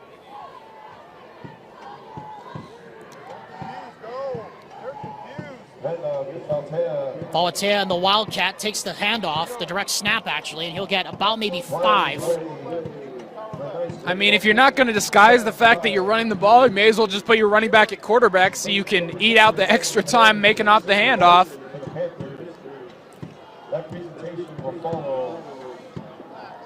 Falatea in the gun, in the Wildcat again. He takes the handoff left side. He's got a couple of blocks. Be close to the first down. He'll be short by about a yard. We've got 3rd down at about a half an inch. I can't remember a team where across the board the DBs just don't get pushed around and they move these running backs. Like they don't take the tackle and fall over. They initiate contact and move the backs back. Finau now takes another direct snap, and he breaks free. Rather, that's Acera, and Acera is going to get caught from behind inside the 20. And a first down for the Kearns Cougars on a theme of the night where the running game has been the story. There's another big one.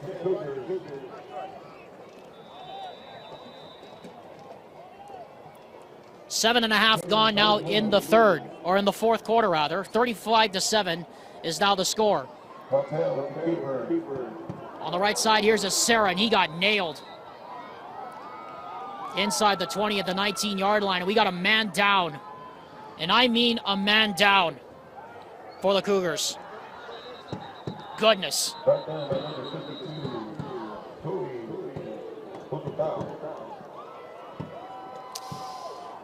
And Hammer, we've seen it all night. Not particularly a good sign when you see that happen. No, and we've seen a lot of injuries tonight. Sure have. We might have had more injuries than we've had completions of 5 or more yards tonight.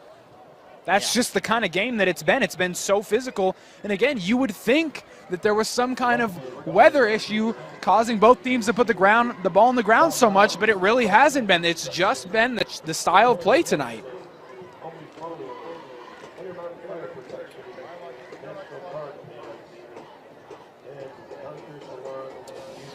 .702 officially left on our clock here in the fourth quarter. 35-7, so they have actually tacked on that extra point. They've forgotten to do so here at Gene Plaga Stadium. Cotton Nori did not end up missing the extra point. Again, we apologize. Our stream's been going kind of in and out. 2nd down and 9 now for the Cougars. Ball is at the 19 again. In the gun, Falatea, high snap. Law looking to throw it. And he's going to throw it up into the end zone and just throw it out of there just to get rid of it. Pretty good for a running back. Yeah. Not exactly, I think, what the play was drawn up, but they made it work. That's a heads-up play right there. If you're the head coach, I'm not sure if that's the play you want your running back making, because a lot of times the running back passes turn into interceptions, but nice job to get the ball 30 yards out of bounds. 3rd down and 9 now from the 19. They need to get to the 10. Falatea takes it up the middle, and Falatea will get smashed right at the 12-yard line. And there's about 3 yards to go with 6:30 to go, and it looks like obvious 4-down territory here. The Cougars are going to go for it. They need to get 4 officially. Finau, Sarah's going to take it to the right. He's not going to get it. He took quite the shot to the quad. Lutu Nau was the one who chopped him down. You talked about it. That was a hard shot right to the thigh, and we got another man down on the other side for West. Jeez. Guys are just dropping like flies tonight. All over the place. Ugh. I don't know. I genuinely don't know what it is. These guys, again, like you said, dropping like flies. Just big hits being laid the entire time. So a turnover on downs. West will take over at the 12 in Salt Lake City, where it has been a physical game, to say the least, between West and Kearns. West leading 35-7 with just over 6 minutes to go. We have seen multiple players leave the game tonight with injuries on both sides of the football. And all we can do is, we can't speculate, obviously, but all we can do is hope the best for those players. Panthers offense takes over now at the 12. Following the turnover on downs. West will play Granger next Wednesday in what will be televised on KSLSports.com. Alex Amron and I will be off to Stansbury against Timpanogos. JT Wistersill, Nate Carter have Lone Peak against Westlake. Sue, hands off to the left. Vainuku breaks a tackle. He's into the secondary. Flag goes down. He's still going. Efoti Vainuku makes a cut. He's going to score a touchdown, but there is a flag back at the 30-yard line. And there's another flag now down at the 16-yard line.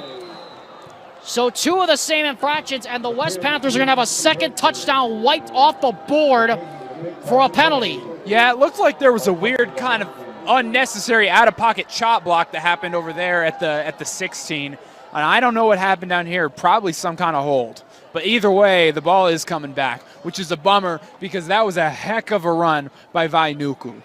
Would have been an 88-yard touchdown run by Efoti Vainuku if it had stood. And he had to get shifty with that. He had to cut back. He had to stiff arm guys. He had to go to the other side of the field. Great run by Vainuku, and unfortunately, it's going to be coming back.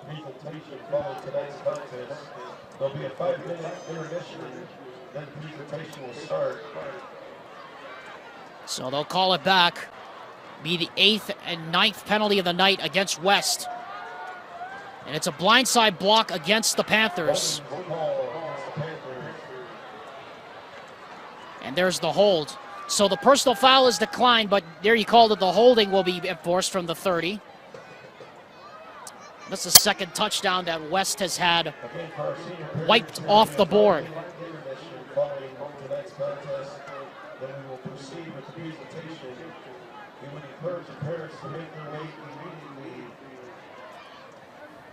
The scoreboard.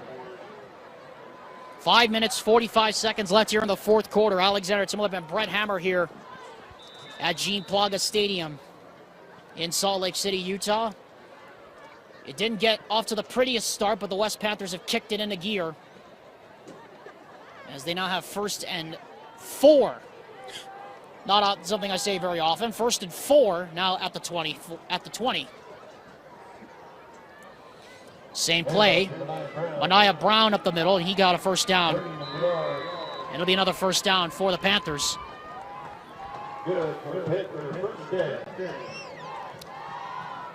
Just the same formula over and over again, Hammer. Yeah, they love that two-back set. I think at this point you're just trying to run the clock out, and you don't want to give anybody else that you have to play coming up in the next few weeks. You don't want to give them any more film to watch. Vainuku left side this time. Lowers his head. Close to first down yardage. He'll have it. It's been the theme of the night too, Hammer. There have been a lot of big hits on both sides of the football. Yeah, both of these teams love to lay down the hammer, so to speak. I'd love to know what they do at practice that gets these kids to love tackling so much and to do it in the right way. Vainuku this time gets maybe a yard. West will go to 7-2. They'll be 5-0 in region play, and they will have at least clinched a share of the Region 2 title as we have another man down. My goodness. Looks like somebody got a stinger down there for the Cougars. Again, the product of the game that we've seen tonight. Plenty of physical play, plenty of pads popping on the line of scrimmage. And a lot of players have left injured here this evening. Yeah, and at this point, you just want the game to be over so that guys can stop getting hurt. Yeah, it's really getting to that point. Sue, blitz pumping, spins out of trouble, now just throws it into the bench. Clock stops with 4:14 to go. Actually, the clock's going to continue to run here because of the mercy rule. Or will it? No, it will stop. I was about to say, the mercy rule doesn't go into effect until it's a 35-point game. Until then, the clock continues to run as normal. Everybody's kind of all out of sorts. I guess that's the point when it's Friday. Nobody pays attention anymore. Theme of the night. Brown, right side. Brown, stiff arm, still on his feet. At the 40, at the 35, and they finally chase him out of bounds at the 34-yard line. But not before he picked up another close to 20, 25 yards. Mania Brown, big, fast, strong, takes it to the outside for a 20-yard gain. Again, they know what they're doing and they still can't stop it, and a large part of that is because everybody's gassed, everybody's tired. The people who are left are all injured. That's true.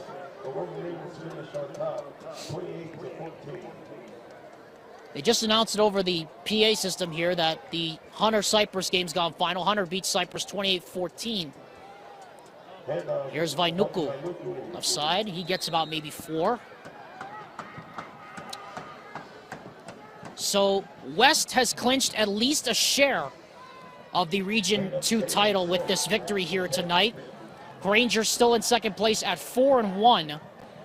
The only way that Granger can get the title now is if they win and Roy loses their finale, because the Royals hold the tiebreaker over the Lancers.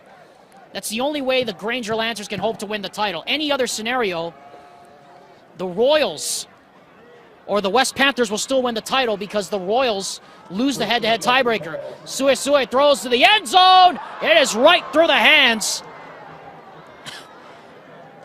of his intended receiver, number 82. That's Lucene Fifita, who was so by himself. Yeah, Sui has an arm, which we haven't seen tonight, but he does have one. He's very accurate, and he's got a cannon for an arm as well. It's hard to make those over-the-shoulder catches. I don't think people understand how much your vision is limited once you put that helmet on. And to catch a ball completely overhead, you've got to be looking at it upside down. It's just a tough catch to make. Many of the seniors, by the way, are in now for the West Panthers. Isaiah Sue obviously not one of them. And Junior Solovi will burn his final timeout right now. As they do, we'd like to remind you one more time that KSL Sports Rewind's presentation of high school football is presented by Western Governors University. You can earn a 1-year MBA with them, and you can get an education from them that is attainable, affordable, and full of support. Online, accredited, affordable. That's the power of the nonprofit University of You. Alexander Timolet, Brett Hammer here at Gene Plaga Stadium in Salt Lake City, Utah. 3:11 left to go here in the fourth quarter. I'd like to send a special shout out to our good friend Alex Amrine, who is celebrating his brother's endowment at the Temple night. We know he's watching from afar, and that we know that he is having a good time with his family out there. Congratulations to him and his brother for that wonderful time they get to spend together tonight. He'll be back next Wednesday. We have a short week. All of us on KSL Sports Rewind do. We all have a short week until Wednesday. And we'll have 5 more games across the network on the final week of the season. On 3rd down and 6, Sue throws. That is incomplete. Too hot to handle. And off the fingertips of the intended receiver, number 3, Masao Otuafi. And it's 4th down now, and about 6 maybe-ish to go. And given where the Panthers are, I sincerely doubt Junior Solovi's going to try to run up the score at this point with a field goal. He's just going to try to pick it up. I mean, it's senior night, so you got a lot of these guys in. This is the last time they're going to play at home. And so, yeah, usually at this point you'd be running out the clock, but some of these guys don't see the field a whole lot, especially at these positions, and so you want to get them some good time to remember their night on. Well, Sue is going to try to do that, and he makes a man miss, and he's going to get the first down and more. Well, leave it to Isaiah Sue to say screw everything else. I'm taking this myself. Yeah, dude, he is so shifty. It's so hard to get him on the ground.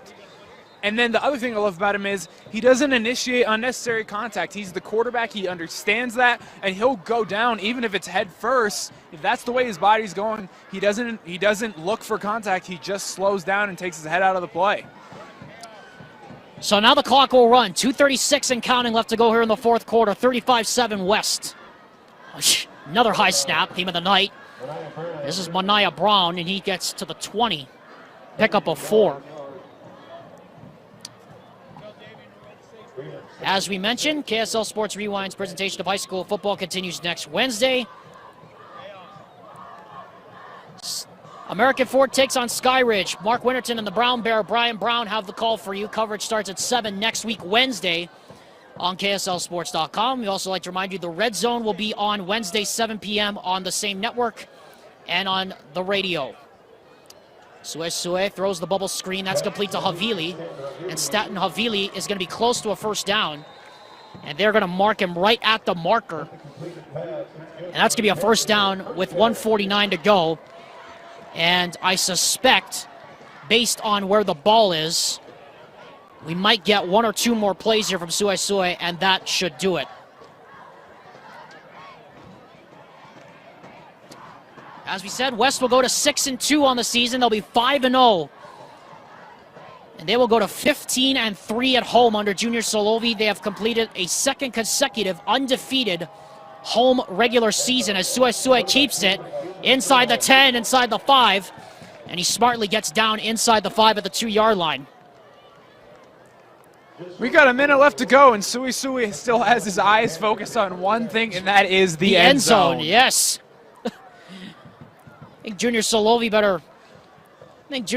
who's already eschewed the play card, just looked at his quarterback and said, enough is enough, buddy. Don't do anything stupid here, and they're going to kneel it.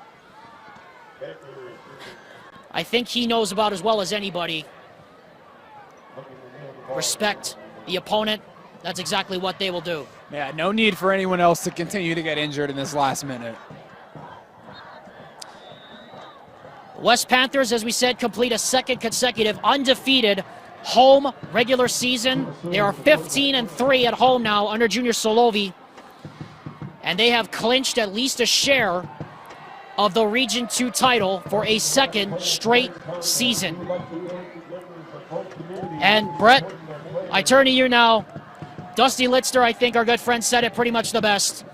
Junior Solovi really has truly restored the roar of this once proud program that has won 21 state titles. Yeah, this is what absolute pure dominance looks like. If you're going to come out wearing red and black, wearing just power everything, then you better come out playing power everything, and they have done that. The chippiness isn't great, but it does show the passion that they play with, and if they can keep it under control, like, I don't know, they showed to be effective in every facet of the game tonight, whether it was the quarterback run, everything that got bottled, they found a solution to. And again, they continue to tackle, they cover well in man coverage, they blitz well. There just isn't anything that these West Panthers can't do. The fireworks are being shot off now here at West High School. The Panthers win 35-7. Brett and I will be back with our final thoughts and the selection for the Heidemann and Associates Player of the Game. This is West Football, KSL Sports Rewind, presented by Falsia Construction, Utah.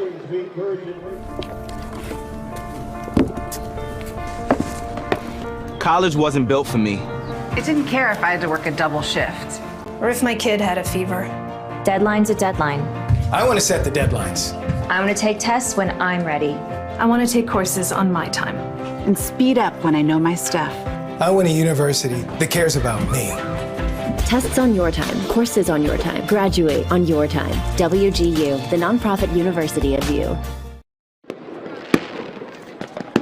Welcome back, everyone. KSL Sports Rewind's presentation of West High Football, presented by Falsia Construction, Utah, concludes as the West Panthers are victorious 35-7 over the Kearns Cougars. Alexander Timlet, Brett Hammer here at Gene Plaga Stadium. All right, Hammer. I think the point of this, the theme of this game was, it matches with your last name. West dropped the hammer in the running game. They did, because the Cougars actually came out and did a really good job at dropping into these deep coverages and forcing West to play underneath, and West wasn't afraid of that at all. And in fact, they found 100 different ways to run the football to 100 different people. Vialahi got in. I can't even count the amount of guys they handed the ball off to, and they could have done it in 100 different ways again. And towards the end, they ran the same play over and over again, and they just showed we're not afraid of anybody. And while, yeah, you could say it's a little ineffective to maybe run that same play over and over again, that confidence lingers in the head of these defenses. So West heads on the road. They'll play Granger next week, as already clinching a share of the Region 2 title, as we said tonight. Kearns gets Cypress next week on Thursday. That is going to be a huge game, Hammer, because West, as we said, coming into tonight, they knew they needed to do their job. Now they need to go finish it next week against Granger in West Valley. Yeah, to dominate like this, to have a team like this, to have a team that plays every facet of the game effectively, the only way to end dominance is with a state title. And it would be their first at 22nd overall, their first since 1992. It has been that long since the West High Panthers were state champions in Utah high school football. Now it's time for our selection for the Heidemann and Associates Player of the Game, presented by Heidemann and Associates, the full-service law firm committed to winning for their clients. Well, Hammer, there's a lot of people we could have picked from. Of course, the seniors, obvious choices tonight. But I think you'll agree with me on this one. The man that got it all started, Sesi Vailahi, is our choice for the Heidemann Associates Player of the Game. Yeah, he looked like you said earlier, Debo Samuel. He lined up in the backfield. He scored off bubble screens. He was effective on defense. Holy cow. He was as electric as these fireworks are right now, because he was the only thing worth watching on the field. He was returning kicks. He was returning punts. He was laying people out. He had that Derrick Henry stiff arm down here at the 30-yard line. There was just nothing he couldn't do. And he got the night started with that touchdown. Well, Hammer, that was a lot of fun, and now it's time to get back to Provo, get some rest, and because we got a short week all coming up ahead of us for football season to end on Wednesday. Amen to that. And obviously, we all know what's going to happen tomorrow. BYU against Notre Dame in Vegas. It's going to be one of the greatest uniform combos that I remember seeing in a long time, I'll tell you that. Yeah, well, let's just hope they don't get run over and out the gym in the first 5 minutes of the game. Like to thank Tino Psyche, our friend on the camera here tonight, and Vince Francis and Dusty Litzner, just down the street, really, at Salt Lake City, literally a block down from where we are here in Salt Lake City, for helping us put on this performance here tonight. And also, we'd like to thank all of you for joining us. And also like to thank my broadcast partner, Brett Hammer, for filling in very well tonight for Alex Amrine. For all of us here on KSL Sports Rewind, my name is Alexander Timolev. This has been another presentation of KSL Sports Rewind's presentation of West High Football, presented by Fauci Construction Utah. The final score, once again, West 35, Kearns 7. Until we meet again, folks, good night from Utah, and we'll see you again.